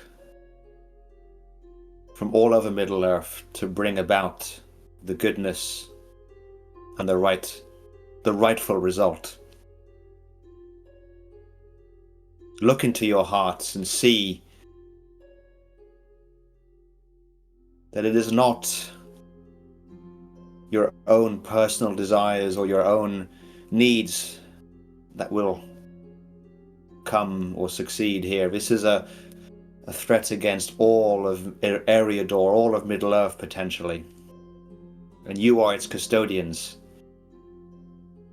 It is within you all to rise up and do what is right and defend your land and defend the people of Middle-earth. Aragar, the Castellan, keeper of Arantarn, head of the council, keeper of the keys of the realms, intercedes and asks you,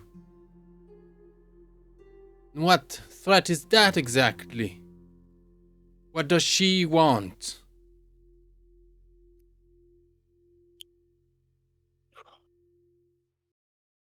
It is beyond my humble station to fully understand what she wants, but know this: evil wants many things, and they are not in accordance with the values that you practice.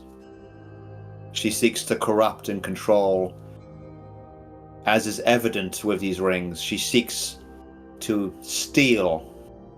She seeks power. She seeks to bring down all that is good. Why sending scouts all across Eriador? We are aware of her goings. What about those black riders going about? What do they seek? You have scouts everywhere. If you don't know and we don't know, then her powers are stronger than we currently know. Her influence is spread far enough, too far. You cannot battle this, you cannot fight it sitting in these halls as majestic and as strong and as beautiful as they are, the fight is out there. It is in the hearts of the people, in the minds of the people, not within the halls of beauty and grandeur. It is on the fields of the Shire. It is on the hills of Eriador, in the ruins, the deep, dark ruins that spread these lands. At that, You need to be out there. the old one that looks like a tree and immobile, his skin weirdly matte, steps forward and with the horse's voice,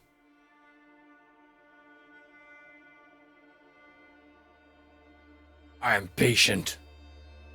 I've been patient for centuries. Blindness, my people, hurts my heart. These men and dwarves, and the Hobbit, in a slumber, enthralled by magic in the cell that you throw him into.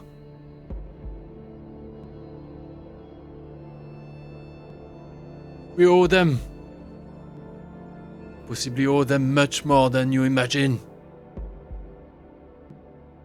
I'm Nosferth, head of the House of the Hue and Falcon. Proud hunter, father of all hunters in Lindon. I welcome you. The realms. Thorald, Azagar, Daldir. I stand with you. I bow to him deeply, and you bless us more than you can possibly know. Roll. This is I've changed. This is in Hearten. Before I roll, I said I'm going to bring out the. Makes sense. I get a plus. I get a +1 because I have the cloak from Elrond. Yes. A +1 from Nosferatu intervention. A +1 for your role play. And one hope, I guess. I'm gonna do a hope, of course. That's a lot of dice. It's just one success. Just one success after all of that. Oh my god. Oh my god, what a waste. I mean, I'm only human, right? Round 2, yeah. That's right. Yeah, it's all about looking good while you try. Fishing for sixes is a hard thing. Round 2, 3 successes. Fishing for sixes is very swingy. Yeah, incredibly swingy.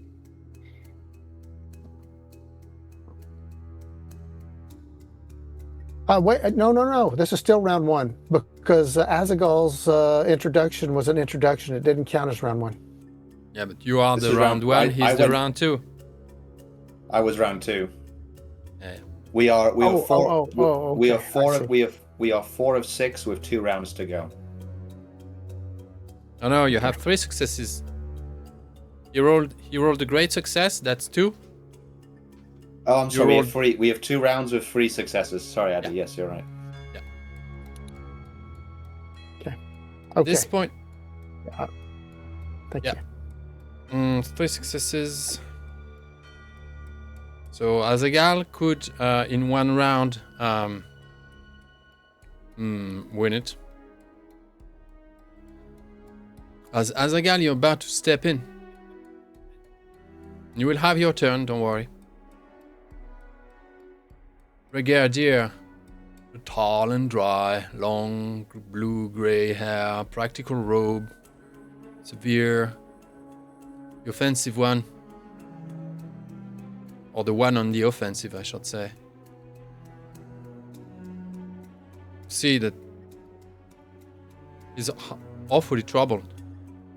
It's not like he's confident of some kind of like book of law behind things and that he's in charge of justice is his sword. You see, the man is in a bit of a panic within, behind.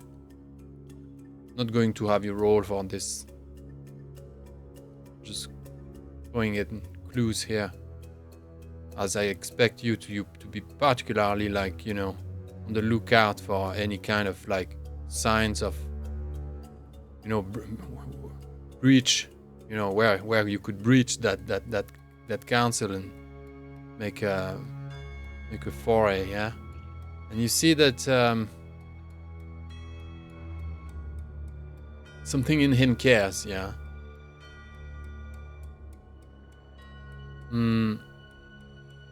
And as Azagal is about to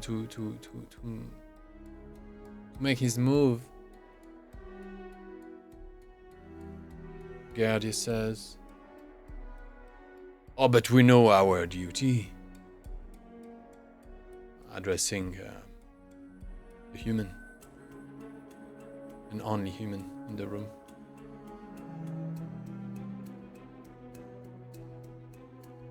And we remember our oath. He looks sideways at Aragar, Gaethel, Lady Ryan, Lady Maltian, the one in shining mail armor. He begins to circle the room. He walks within the circle, basically. Everyone is standing and he begins to parade.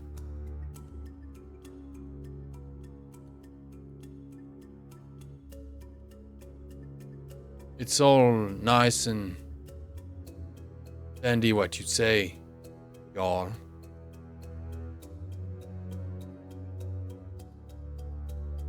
Fairly logical so far. You plead your case quite well. And that's when, Galdir, you catch the eyes of Galdor, who just sort of avoids your gaze and inadvertently looks deeply in response to you looking at him. He can't help but flashes at Círdan. And you look at Círdan, and Círdan looks at you, Galdir.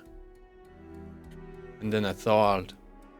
And Azagal closes his eyes like, "You fools," And Regardia continues on.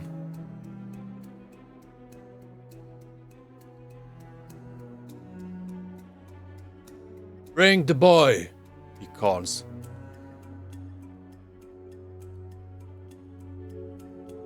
There is a commotion behind certain doors. Steps coming in.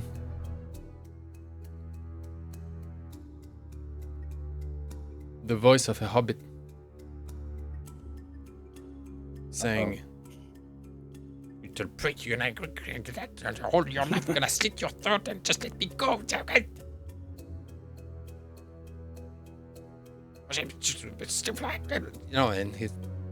And a boy is thrown in the middle of the circle. Manny. The hobbit Are you all right, Manny? wanderer was supposed to be scouting for Irime and Irien to lead them to the Hall of Marbles, the Tower of the Mist, whatever it was, that hideout that he had himself elected as his own hideout back in the days, place that he shared with a bunch of bandits. So he said and explained back when you were together a couple of days back. And because he knew so much about the place and had heard that Saturn had made a retreat that way, Irien, the captain of the warden, had picked him up as and designated him as their scout. Now Manny is here. I can't help myself. Manny, how did it go? Did you lead them? Where are they? I don't know. I was spooked. I'm sorry. I left them. There was this thing. It was back again.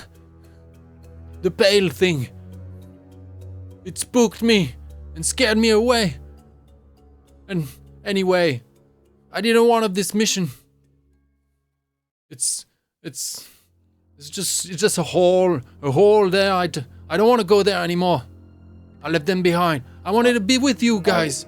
I wanted to be with you. That's why I came. I will go Well, and comfort your him. wishes are fine, but it would have been nice if you had discussed it with us instead of abandoning them.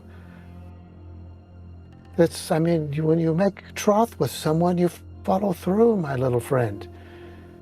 You will do better in the future. If you have a concern, we will listen. We would not have insisted that you go with them, but to abandon them, they may have wasted time looking for you and worry for your safety. Really, Thorald, you were going to say something. I'm sorry. I was just supposed to be the scout. I didn't abandon anyone. Those are real warriors, knights in armor and all, and horses and mounted. And that lady, she was shining. She could scare vampires and all. I just follow my guts and I belong here with you. And when you approach him as to, do you attempt to touch him? Yes, I want to kind of like give him comfort. Yes. He kind of like he sort of like sprains like just back like springs back and he grabs your forearm and tries to shake it like a man. Like a handshake? Yeah. I bring him in for like a warrior's embrace. And I say, pay no heed, you did well. You will do better in the future. And I will lean in and whisper and to him and say, don't mention the egg. And then... And he looks at you. A bunch of elves in the room. Oh, they all have great hearing? Well, I don't know that. He looks at you with the eyes of a kid who had stolen, too many sweets, and they just pour out of his pocket, and he makes big eyes like that. I think it's a bit too late. I look at him and I go, child, and you hear it's Regardeur okay. addressing the circle again. Tell them what you said to us. No. Tell them what you chanted in the taverns. Tell them what everyone at the market heard. Thanks to you, little Shire folk. Hey, and he pisses on himself. Oh no.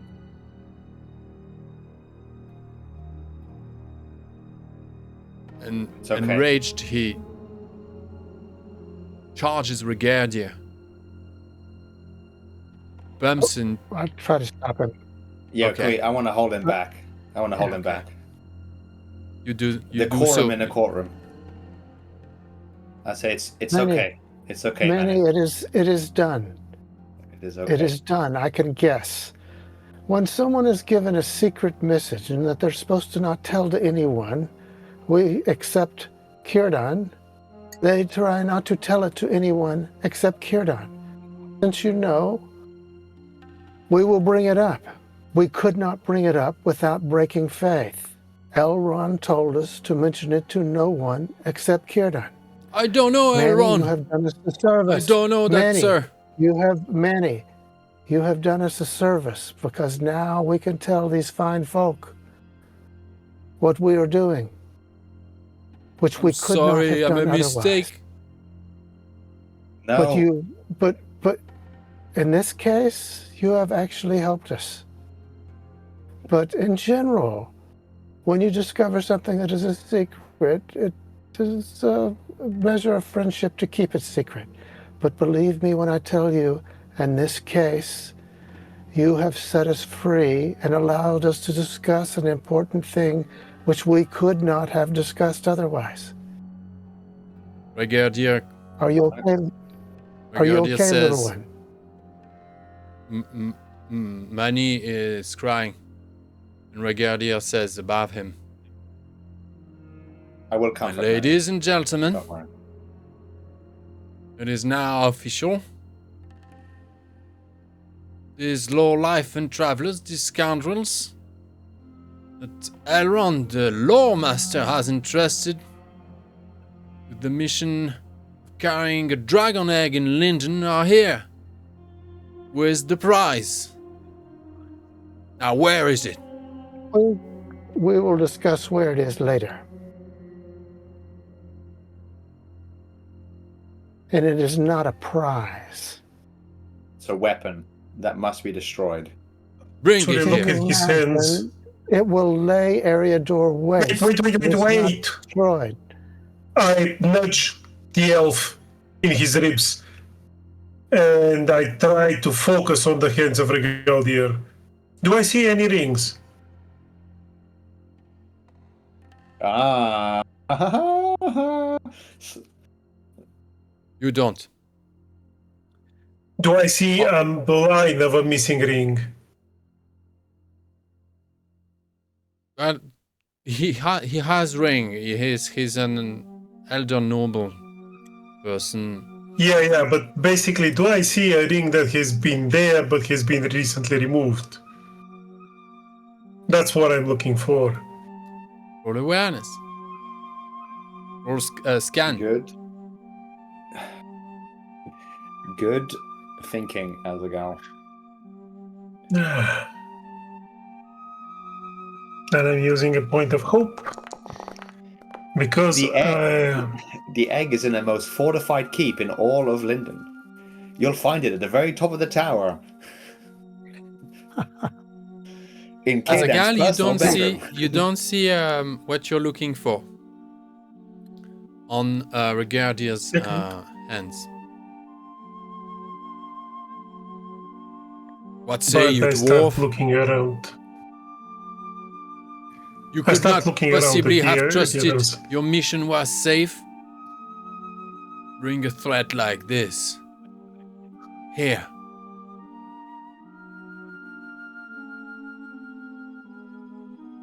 If you will listen to us, you will understand why we brought it here and why it made the most sense to do it. This thing must be destroyed.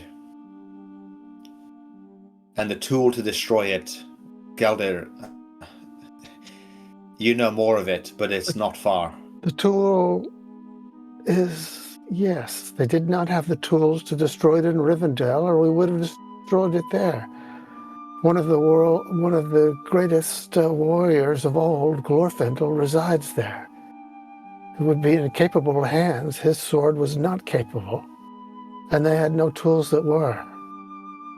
But we have some ideas of what could do it. 2 ideas exactly.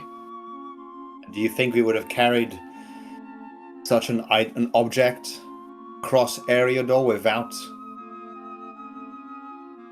an idea, without an objective, just to bring malice to your doors? No. The one in the tall, vigorous, and shining mail armor one, with a starry shield on his sigil. Some kind of captain of the guard steps forward. "Oh, you have brought death along into the heart of Lindon. You think you can arrange the situation, fix things? You people Yes. are crazy. You My lord, Charlins, Do you have, for that affront to the we at security least of have the a realm. plan to deal with the elf. Do you have a plan to deal with the Yeah. egg? Or you Galder, wish to wait until it hatches? if I may, my lord. The danger was at your door, whether you knew it or not. This egg has moved all over Eriodor, under your eyes. The enemy are moving, and they are planning and plotting, and we have brought its greatest weapon to be destroyed into good faith to the hands of Círdan. And The you eldest. brought the weapons of the enemy right in the heart of our kingdom, says Lady Rian, the one crawling The with her enemy jewels. is at your door, whether you wish it or not. She You cannot hide suddenly behind these shrieks. walls. Should we wait for it She to suddenly hatch and then it can shrieks like fly on in- its in- own, you fools? That goes everything cranks one gear up, like she shrieks like in suddenly in sort of like she goes, this thing, he will be the ruin of Lindon. She completely loses it, like over the misty mountain once, yet not so long ago, we are the next lake town. And she falls into start to the kinda arms laugh. of the captain of the guards. You want to talk Regardeur. about Lake Town? Regardeur You wanna shouts, talk about "Bring us Lake the Town." prize!" He You shouts want to now. talk about Lake Town? What a creature such as this can do to people such as the dwarves of Azagal. My people, his people, lain waste for years from one. I have lost so much, we have lost so much to one of these creatures, to these dragons. There will be not another one ever. If you will not help us, then it shall be taken where it can. People will help us. Do not let your fear blind you to what must be done. My lords, my ladies, it is imperative. This moment is the moment, as I mentioned. The choice, the test is upon you. Do you accept or do you deny? It is your choice. If you deny, you go on as you are. If you accept, we can do what must be done to bring this to an end.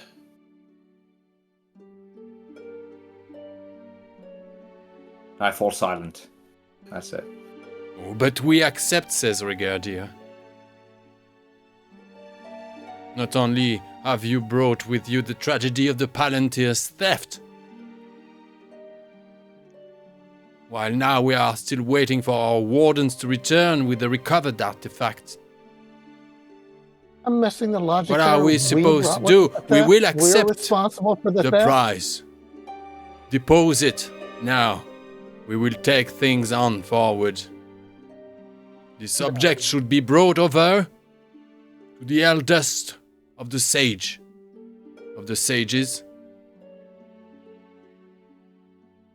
We will take the creature and bring it to Saruman.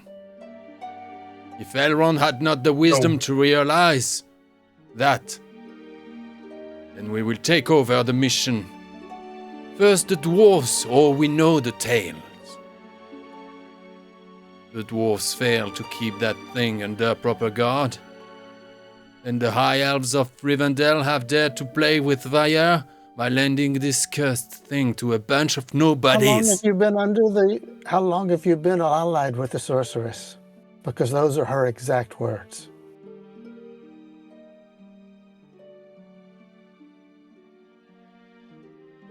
We will bid you farewell soon, Galdir. Don't worry. You will return to your hovels in Mirkwood sooner than you expected. This mission is over I for would you. like an answer. How And you- long have you been allied with the sorceress? How dare you? Indeed, how You are dare you? using her exact words.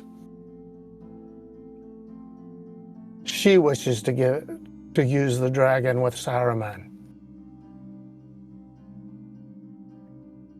And if she's up to good, I'm a newt. What did you just say between me and you, Daniel? I said if he's using her exact words. That? She also was to take the dragon egg and give it to Saruman, so he must be allied with her. And if she's up to any good, then I said I'm a newt. You said that you believe that the sorceress wants to give the egg to Saruman. Am I understanding correctly? He's saying that's her exact words. Her exact words were, well, those are her exact intentions. Okay. Yeah. This is getting out of control. This sort of nonsense is for 5 years old, Azaghal. You're talking with immortal people? Immortal? Arguing like that over such a matter? My lord, But- we agree for the first time. Before Azaghal rolls in, you input. You did input quite a bit between the two of you, Galdir and Thorald. Thorald, roll whatever. That Wait. was. Well, it could be a It was meant to be a reroll. reroll? It could be a reroll. It could be a reroll, but It was more of a persuasion of like. Yeah. It was more Yeah. of a persuasion. Yeah. persuasion more plus one persuasion. for Galdir.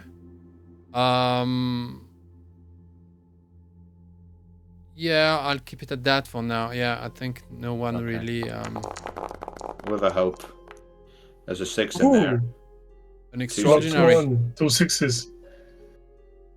That's I mean, a I wrap. felt I was quite That's a wrap. Oh, look at that. That's a wrap. quite impassioned. I will be honest. That's 5 actually, not 6. It's 5, not 6. Yeah. Oh, actually, No, it you is get 6. 1 6 No, it just is 6. for One, succeeding. yeah. Yeah. You get Yeah, that's 6 successes in 3 rounds. Can I make the exit speech? Of course. Yes. So while the whole thing has been getting heated more and more, do I have my weapons with me? Yeah, you do. Okay. Basically, I raise my axe vertically as a staff and just hammer the shaft into the ground with the brass point in the end basically ringing on the stones. Silence. Oh. Did I lose you for a second? No, No, we are okay. we are all We- ears. Okay. no, we were just silent. We are just You asked like for silence, we that. gave you silence. You're complaining now? I mean, did you want it or not? Okay, so Azaghal basically doesn't roar. He just almost whispers it, but with enough force that it can be heard across the room. It sounds more like a growl than anything else. So he throws silence. I was told that here are the wisest among the elves, save Lord Eorl himself, and I see a gaggle of squabbling children who cannot put a defense even if they wished to. No, we would not bring the egg here. We wanted to ask for your help. Why would you think that we would bring the egg here? To be claimed as a prize? It is not. It is not a prize. It's a dreadful weapon. We have seen what a dragon can do. If you have never been to the desolation of smoke, I suggest you go to Dale and see it. See what a single dragon can do. No, you cannot hold it. And no, only a particular weapon can destroy it. And yes, Lord Elrond tried to hold it because he thought he was strong enough, but even he barely resisted it. And yes, he gave it to a bunch of lowlifes, as you say, but that was the only way that he can carry it across Eriador to ask for your help and assistance. But what assistance can you actually give him? You cannot actually keep a Palantír safe that was entrusted to you. What happened to that? We were nowhere near when we discovered that it has been stolen from your care. Now, will you actually start acting your age and help us actually destroy this thing? The son of And by the way- Gaethel. Yeah. Yep. By the way, By the way, I have been destroying rings all the way across Eriador. I can tell you what they can do, and I can show you the gloves that carry the scars of destroying them. I have seen what that can do. And actually, here I recall, what was the captain's name? Sorry, Yeah. I think I lost the file. Basically, I recall the song of that first captain that we saw at the edge of the triangle, actually, who tried to kill us.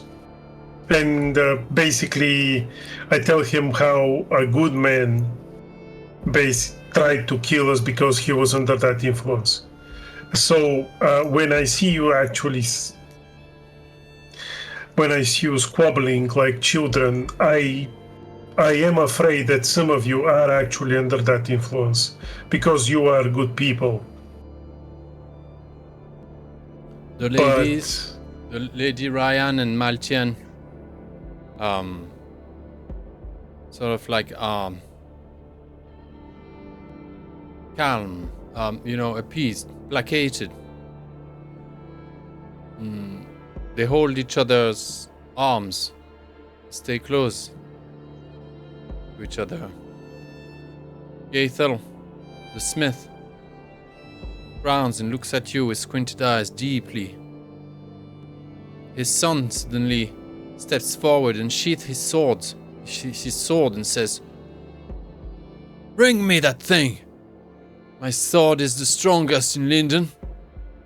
It shall do the job. Bring it to me. Prove to you, father. I've learned the ways. I know I how look to... at him and say, the shards of Narsil could not break this. Do you think you are greater smith than the one who crafted that sword? It won't hurt to try.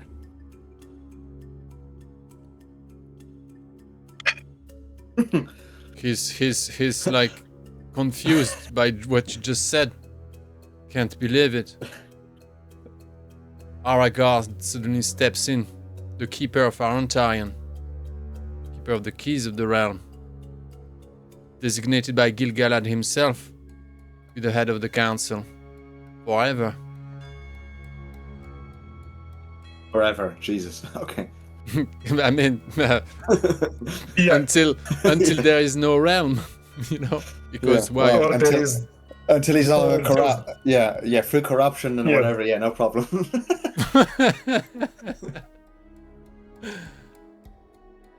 Gathers up his robes of blue and black,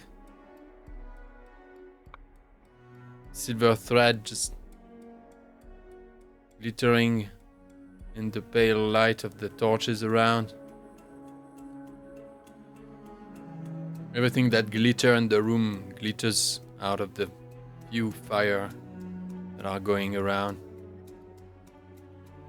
Manny is on his knees, looking up at a world of adults and kings and lords. heroes. He's lost all senses, is just enthralled by what's happening in front of him. Naragar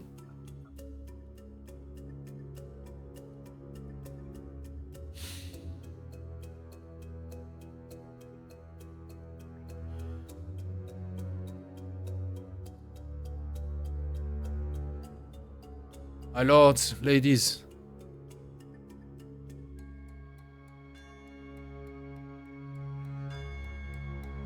I understand your concerns. Every house is the embodiment of but one facet of the realms. You, for generations, have contributed to the soundness of that realm. We are the bridge to Valinor.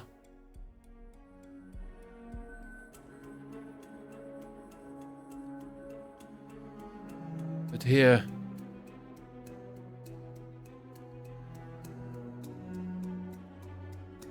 we must act. Fate has come, entered our realm, and blind us. My friends, the Palantír is gone.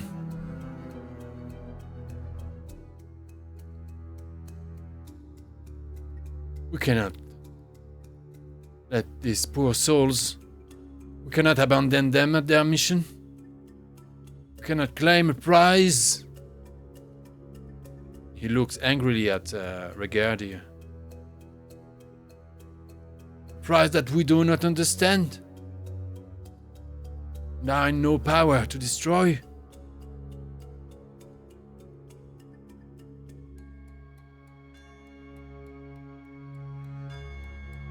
And the captain of the guard steps forward. He didn't present himself.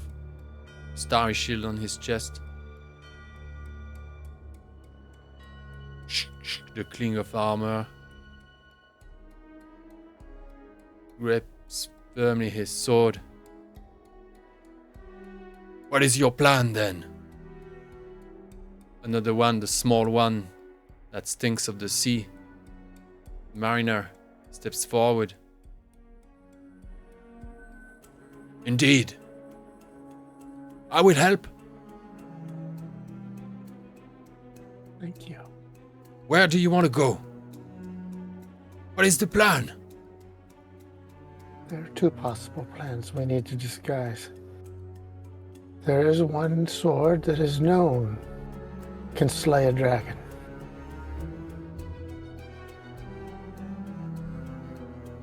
Yes.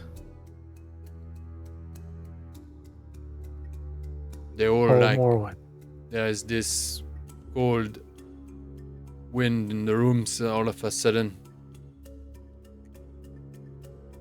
And the old hunter says, this isle is haunted. Yes. There is a second possibility, but we need Círdan's insight. There's a sister sword that was lost in Gondolin. It is possible, if it can be found, that might also work. Círdan That is has beyond kneeled my down lore. to put an arm on Manny's nape. And he hears his name. He's sort of like an inspired oracle of sort, and he looks up. See his eyes, they're just like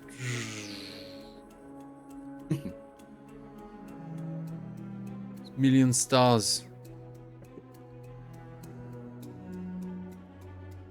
Galdor steps forward.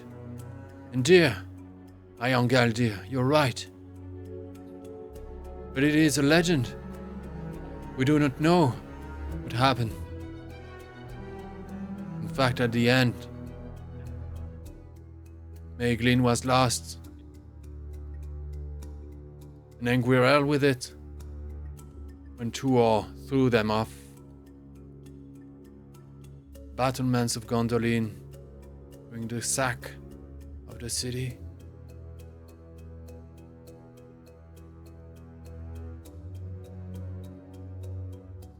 But Tolfuin stands. What used to be D'Artagnan is out there. How much of it is left? I can't say myself. You have sailed that far. And he looks at the small, stinky one. Mariner. And he speaks for himself, naming himself. Gandron has sailed there, he goes, like a proud sailor. I have circled Tolfuin myself. And it's not a pretty sight. But I don't mind going back there. Man of the sea. In the wild, I feel at peace. If this is where you headed, I will be your transport. Tall Morwen is a dreaded place indeed also. And haunted it is.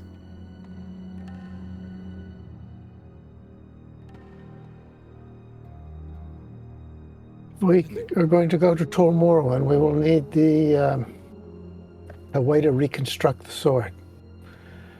Gandalf suggested that Mithlond At that, they are all suggested, like, what? They go, we no one knew that it's broken. we would need a tool to reconstruct it.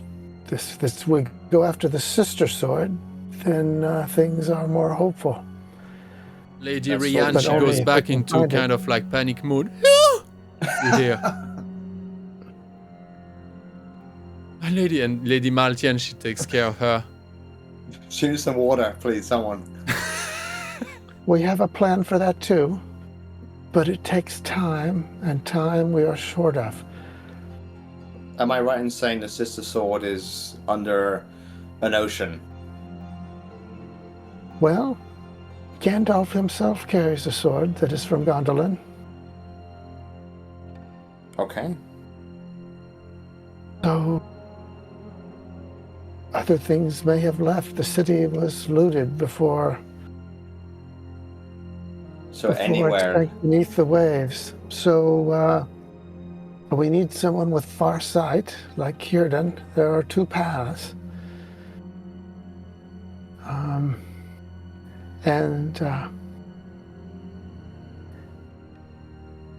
think in this case, we need a Palantír. Perhaps. There is another way. Says Nosferatu the Hunter.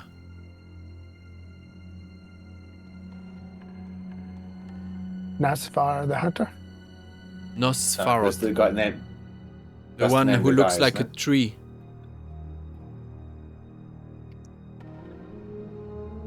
The stones of the sun and star, although rare, they may be of help. Even under an overcast sky, they reflect the stars. And paired with the horror log, they could make the trick. Although I am not sure Maegorn would be agreeably accepting letting go his horror log for good. Although that is why he designed it in the first place. For an inventor to let go of his creation at last. We all now know how hard it is let go of things. But Magorn's Horlog, paired with a Sun and Star Stone, just be as good as a Palantír. So,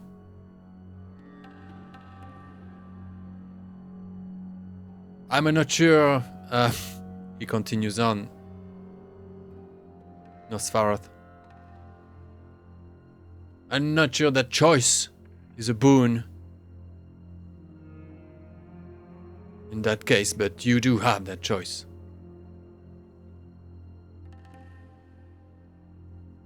Go Very back, helpful. retrieve the Palantír, and come back with Lady Irime and the captain of the Warden, Irien. Or move forward. Do not lose a second. Find a stone of sun and stars, pair it with the Orolog, and move forward.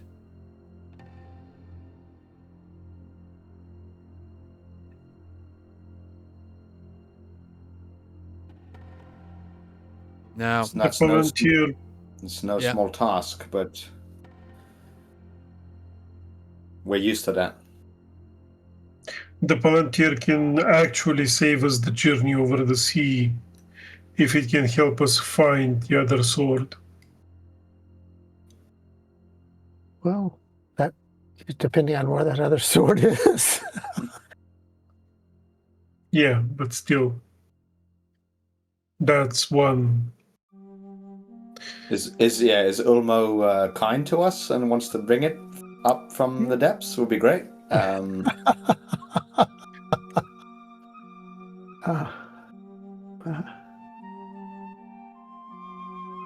a child of Aule. What do you think? You're used to depths, but not those kind of depths. So if we go for the Palantír, we may or may not go over the sea. If we go for the stones of sun and stars, we definitely will go over the sea. But then we'll have to go to my home. My ancestral home, though. Because we will need to reforge. We definitely will need to reforge that sword. If and when we get it. why did she steal the Palantír? Goes Regardia. I don't know. I'm Actually, not entirely sure. It could be because she seeks to thwart us and what we're doing. It could be she wishes to give the Palantír to Saruman. Is she not after the sword? wait. If she gets them, that will prevent us from getting them, perhaps. Out of character, do we actually have any reason to suspect that Saruman has fallen at this point? No. I know. So Saruman no, is the basically, spearhead of the resistance. yeah. So Saruman cannot be. Basically, we don't know that. So, You still have the option, available to you are two of his agents. One is mad, one has been maddened, turned mad, but the other one is just confused in a cell somewhere. Those two are waiting yeah, in Nevelon. That's. yeah. I don't. Yeah, I was about to say, but I was fumbling because I'm not sure that they know anything.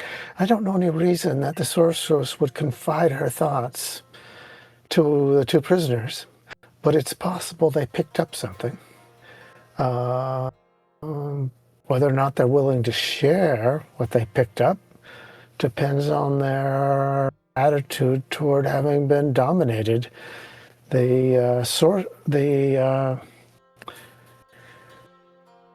Watak tried to kill herself, which means the sorceress tried for her to kill herself. So if we can penetrate her madness, she might be willing to help us, but that is beyond my skill.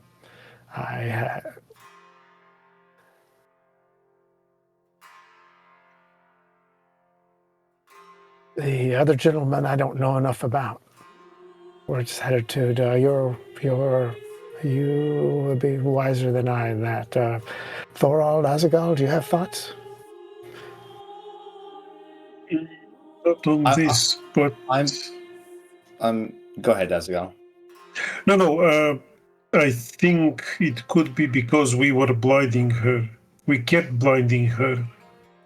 She needs the Palantír to look at something, or maybe find something that we carry. That's quite possible. Or she just wishes us not to have it. I was thinking that maybe both. A group goes to get the sword, and another group goes after the Palantír. And the egg, I might say, needs to stay in the Grey Havens under the watch of Círdan, maybe.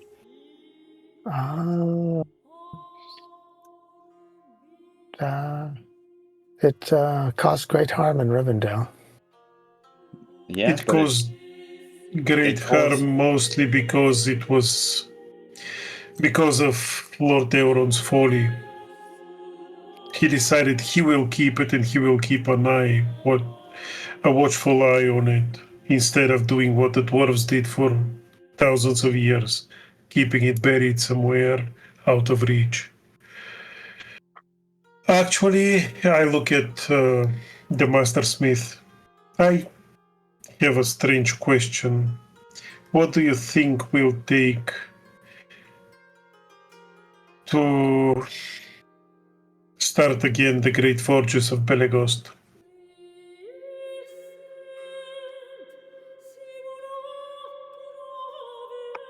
Let me speak out of character for a second. Gandalf mentioned something and he made it sound like it was portable. A portable tool. Because he suggested we get it before we go to Tol Morwen. Well, you were told. If I'm remembering correctly, I mean, it's possible I'm not. It's been quite a while. Of the mission of Holden. Yeah, that was actually it was the tool that could light the fires of the forges. Yeah, the Forge of Nogrod.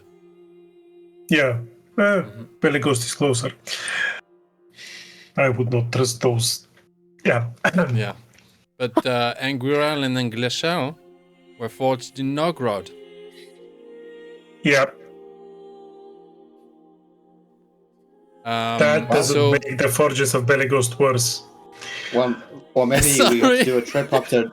Maybe you have to take a long trip up to Nogrod, and we just have to reforge another sword. Gaethel, the ancient smith, goes. These forges used to be lit by the will of an entire people.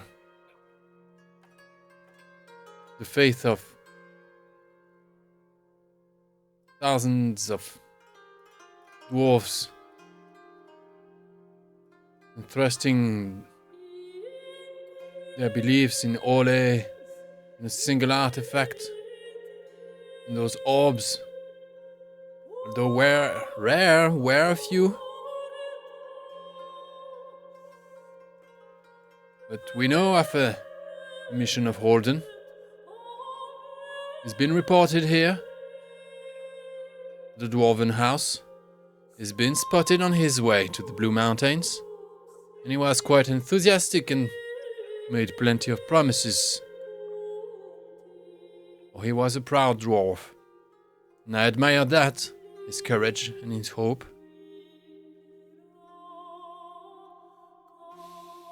But he's not been back. It's been a year and a half. Nothing happened.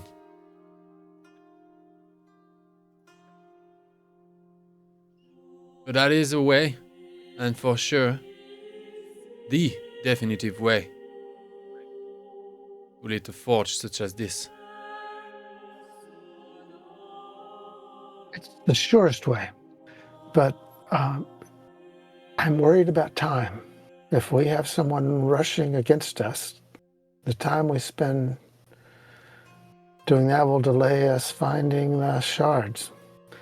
Unless we get the shards and bring them back.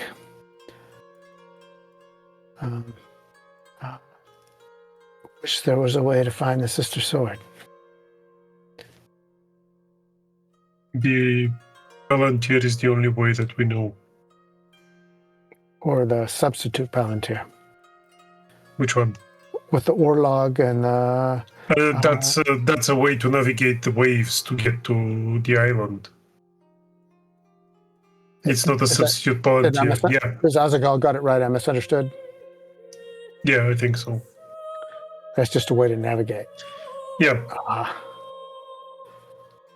Basically to not use the Palantír to find the proper way to the island. The shortcut across the high seas, right? Without either you after the council just relaxes a bit, and few groups starts various conversations at the same time and stuff, and you're invited to have a chat with the mariner, Gandran. He says that without either the Palantír or the Orlog, there would be a way from shore to shore to go around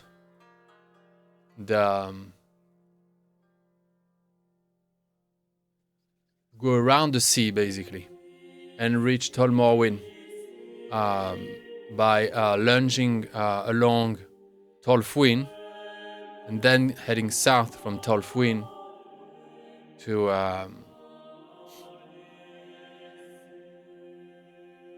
Tol Morwyn.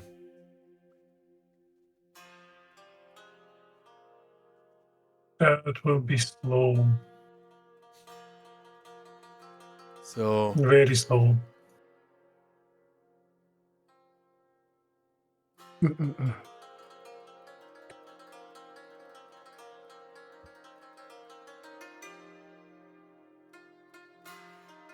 Definitely. So, 2,000 miles. 3,000 kilometers. Basically crossing the Atlantic or something like that. Yeah. Compared to something like this. Well, 1,500 kilometers. 850 miles. Basically half the way. Half the way. But when you feel the way he says the high seas, like as in without the Orlog or the Palantír, no one attempts even that. No one ever reached Tol Morwyn crossing the high seas. It was always that way. As well here, you always have a way to retreat somewhere if the weather isn't good.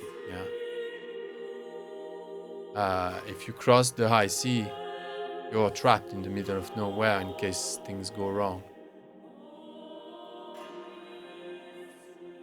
But yeah, if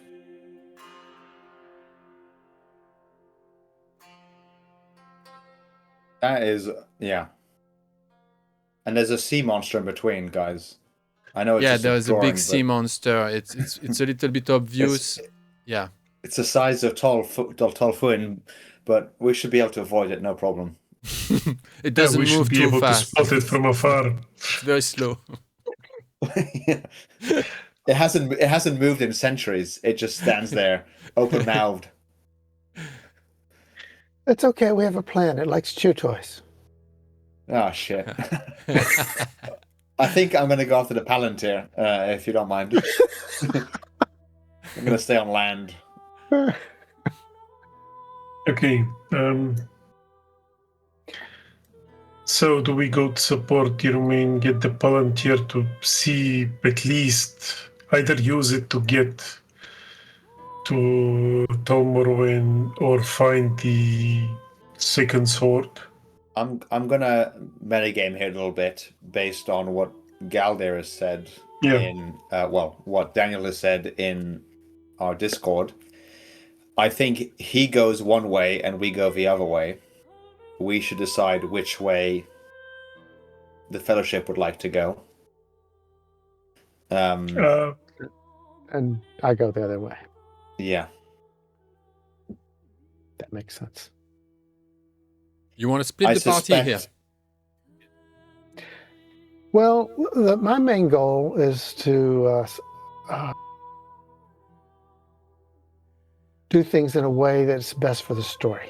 Well, we actually do have we have a few sessions left. We've got quite a few sessions left. So not quite a few. One of them is Thanksgiving. Okay. So we have that's basically 2 weeks. 4 sessions. 4. It might be 5 if I'm miscounting. It's either 4 or 5 sessions. That's it. The question is, can we get the Palantír by that time? Palantír, maybe. Yeah, basically that's the objective. Yeah. Then we can send off Galdir across the sea. I mean, Galde can also leave before we get it. He can make an exit and say, "I have an urgent business back." No, that won't be. I don't. In character, I don't see him abandoning you guys. Yeah. So unless I was hoping it was something like Círdan has seen that ultimately things will not succeed unless this is done. One of you guys needs to do this. And Galdir either volunteers or gets volunteered. Okay. That's just one idea, though. I'm sorry, go ahead. Basically, I suggest going towards the Palantír, and then when Círdan looks at the Palantír, we can actually split the party. That's what I was thinking, is Palantír. To go basically after the 2 swords. Mm-hmm. Okay. If you're up for it. That can inform you at this point to get you closer to making an informed decision. You spend the whole night, one of those sort of amazing night when in fact no one has gone to sleep. Yeah, they're all on fire. They've all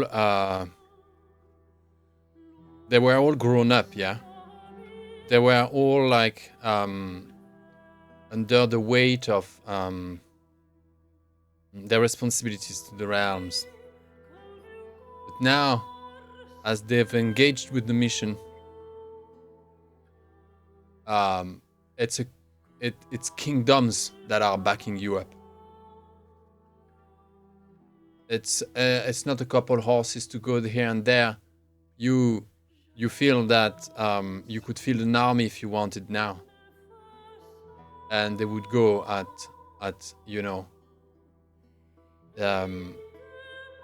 they're all Brigadier, the tall and dry, Aragar, the keeper of Antarion, the ladies who are so like distant and all. Everyone is planning eventualities, plan Bs. When dawn peeks in, a flood of sunlight, warm morning sunlight hits the slender windows of the throne room. Everything inside, the tapestries, the hangings, everything that explodes in this res, these purples, the drawings, the epics, everything just takes life, like, and you spend the night, you're entranced in that non-sleep, and just Manny is sleeping on the throne.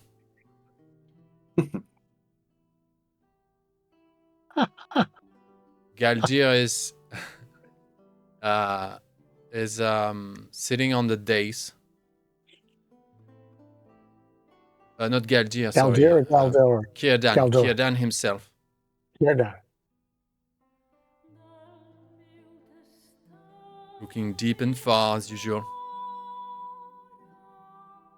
Brushing his long beard.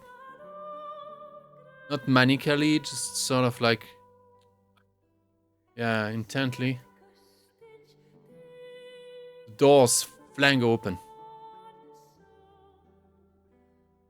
A messenger arrives. Panting.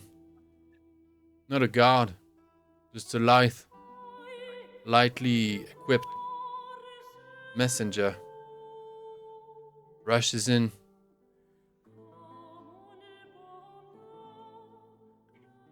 And he goes in to address the keeper, Castellan Aragar. And he spoke just plainly, trying to breathe.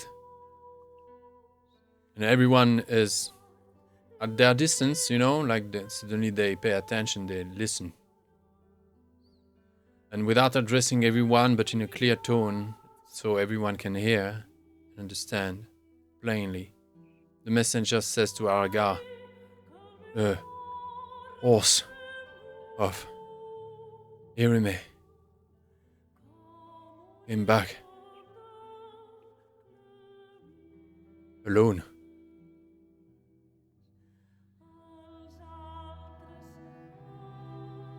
And Círdan, who had his elbow just locked on his knees as he was sitting on that dais, suddenly trips. He has this, and it's sort of like he makes a weird. He trips. He bumps his own cheek with the back of his hand.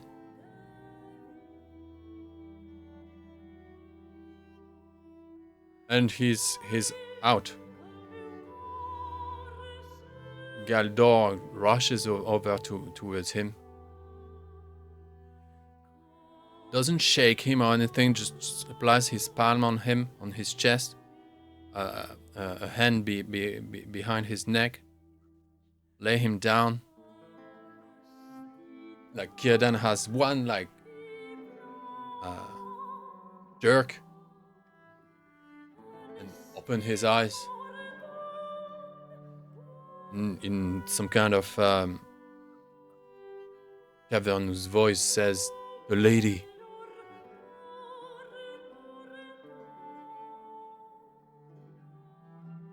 At sea, enchained,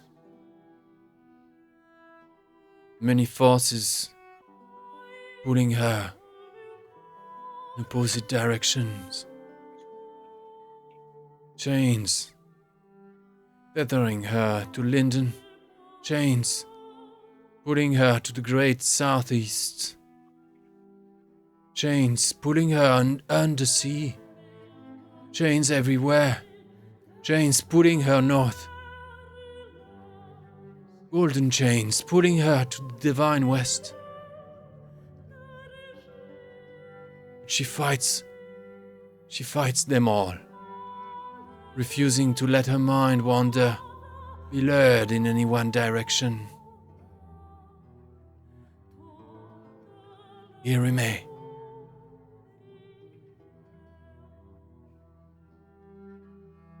Has been taken.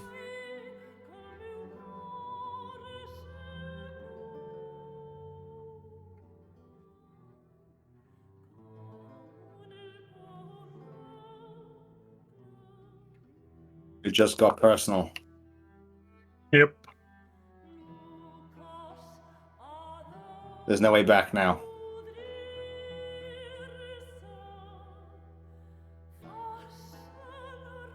End of the session.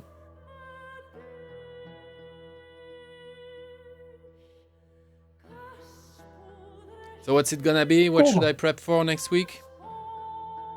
towards the Palantír, right? To the Us saving Irime, obviously, Yeah. and the Palantír in one fell swoop. Sauron banished forever. sideways side mission. Saruman's Yeah, Saruman's machinations uncovered. exposed. Promoting Gandalf to a white wizard. Okay. I got that. Yeah. So that's Sam only gets- 3 chapters in one session. That's all good. No worries. Okay. Yes, Sam gets good. married and lives a happy life, not leaving the Shire. We were thinking we could do a skip of the stone thing. You take a peek at what happened here, and then skip forward and take a peek here, and then skip forward, and All good. And the Dagger Lad as well. But no, that would be going back. Okay. All right. No, we're good without the dagger line. Valerian rises up from the ocean to re-emerge in all its glory. These kind of things. Actually, you know what? The Dagger Lad might have possibilities, because if we could go through a portal back to when that was happening, Gondolin is still above the waves. Try to go through Gondolin and get the sword right as things are coming in, and escape and bring the sword back. Yeah. Then All we're you done. need is a portal. Yeah.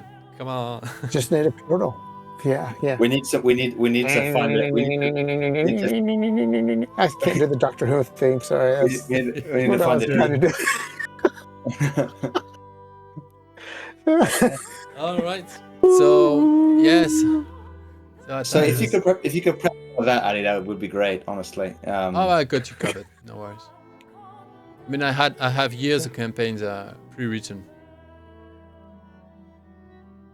Yeah. Not these ones. It's every campaign apart from these, but you'll figure it out. So the Tower of the Mist, or whatever, the Palace of Marble, according to Manny, who will guide you if you want to, is around there. Yeah, I was right south from Elastirian's stuff. Are So those that- mountains or sand dunes? What are they? Not sand dunes, but hills. Yeah. No, it's not, they're mountains. They're mountains. Yeah, they're mountains. Yeah. They are Tolkien's mountains. Okay. Yeah. They come as that's how it is. It's the God's will. It's Eru's fancy geography. Yes, some of Tolkien's mountains kind of are plate tectonically plausible, and some of them are not. Yeah. Mordor, not so much. I will say that Peter Jackson, his version of the Bell Inn is not 1-for-1, and the Bell Inn is actually grimier and less well kept than the Prancing Pony is in the films.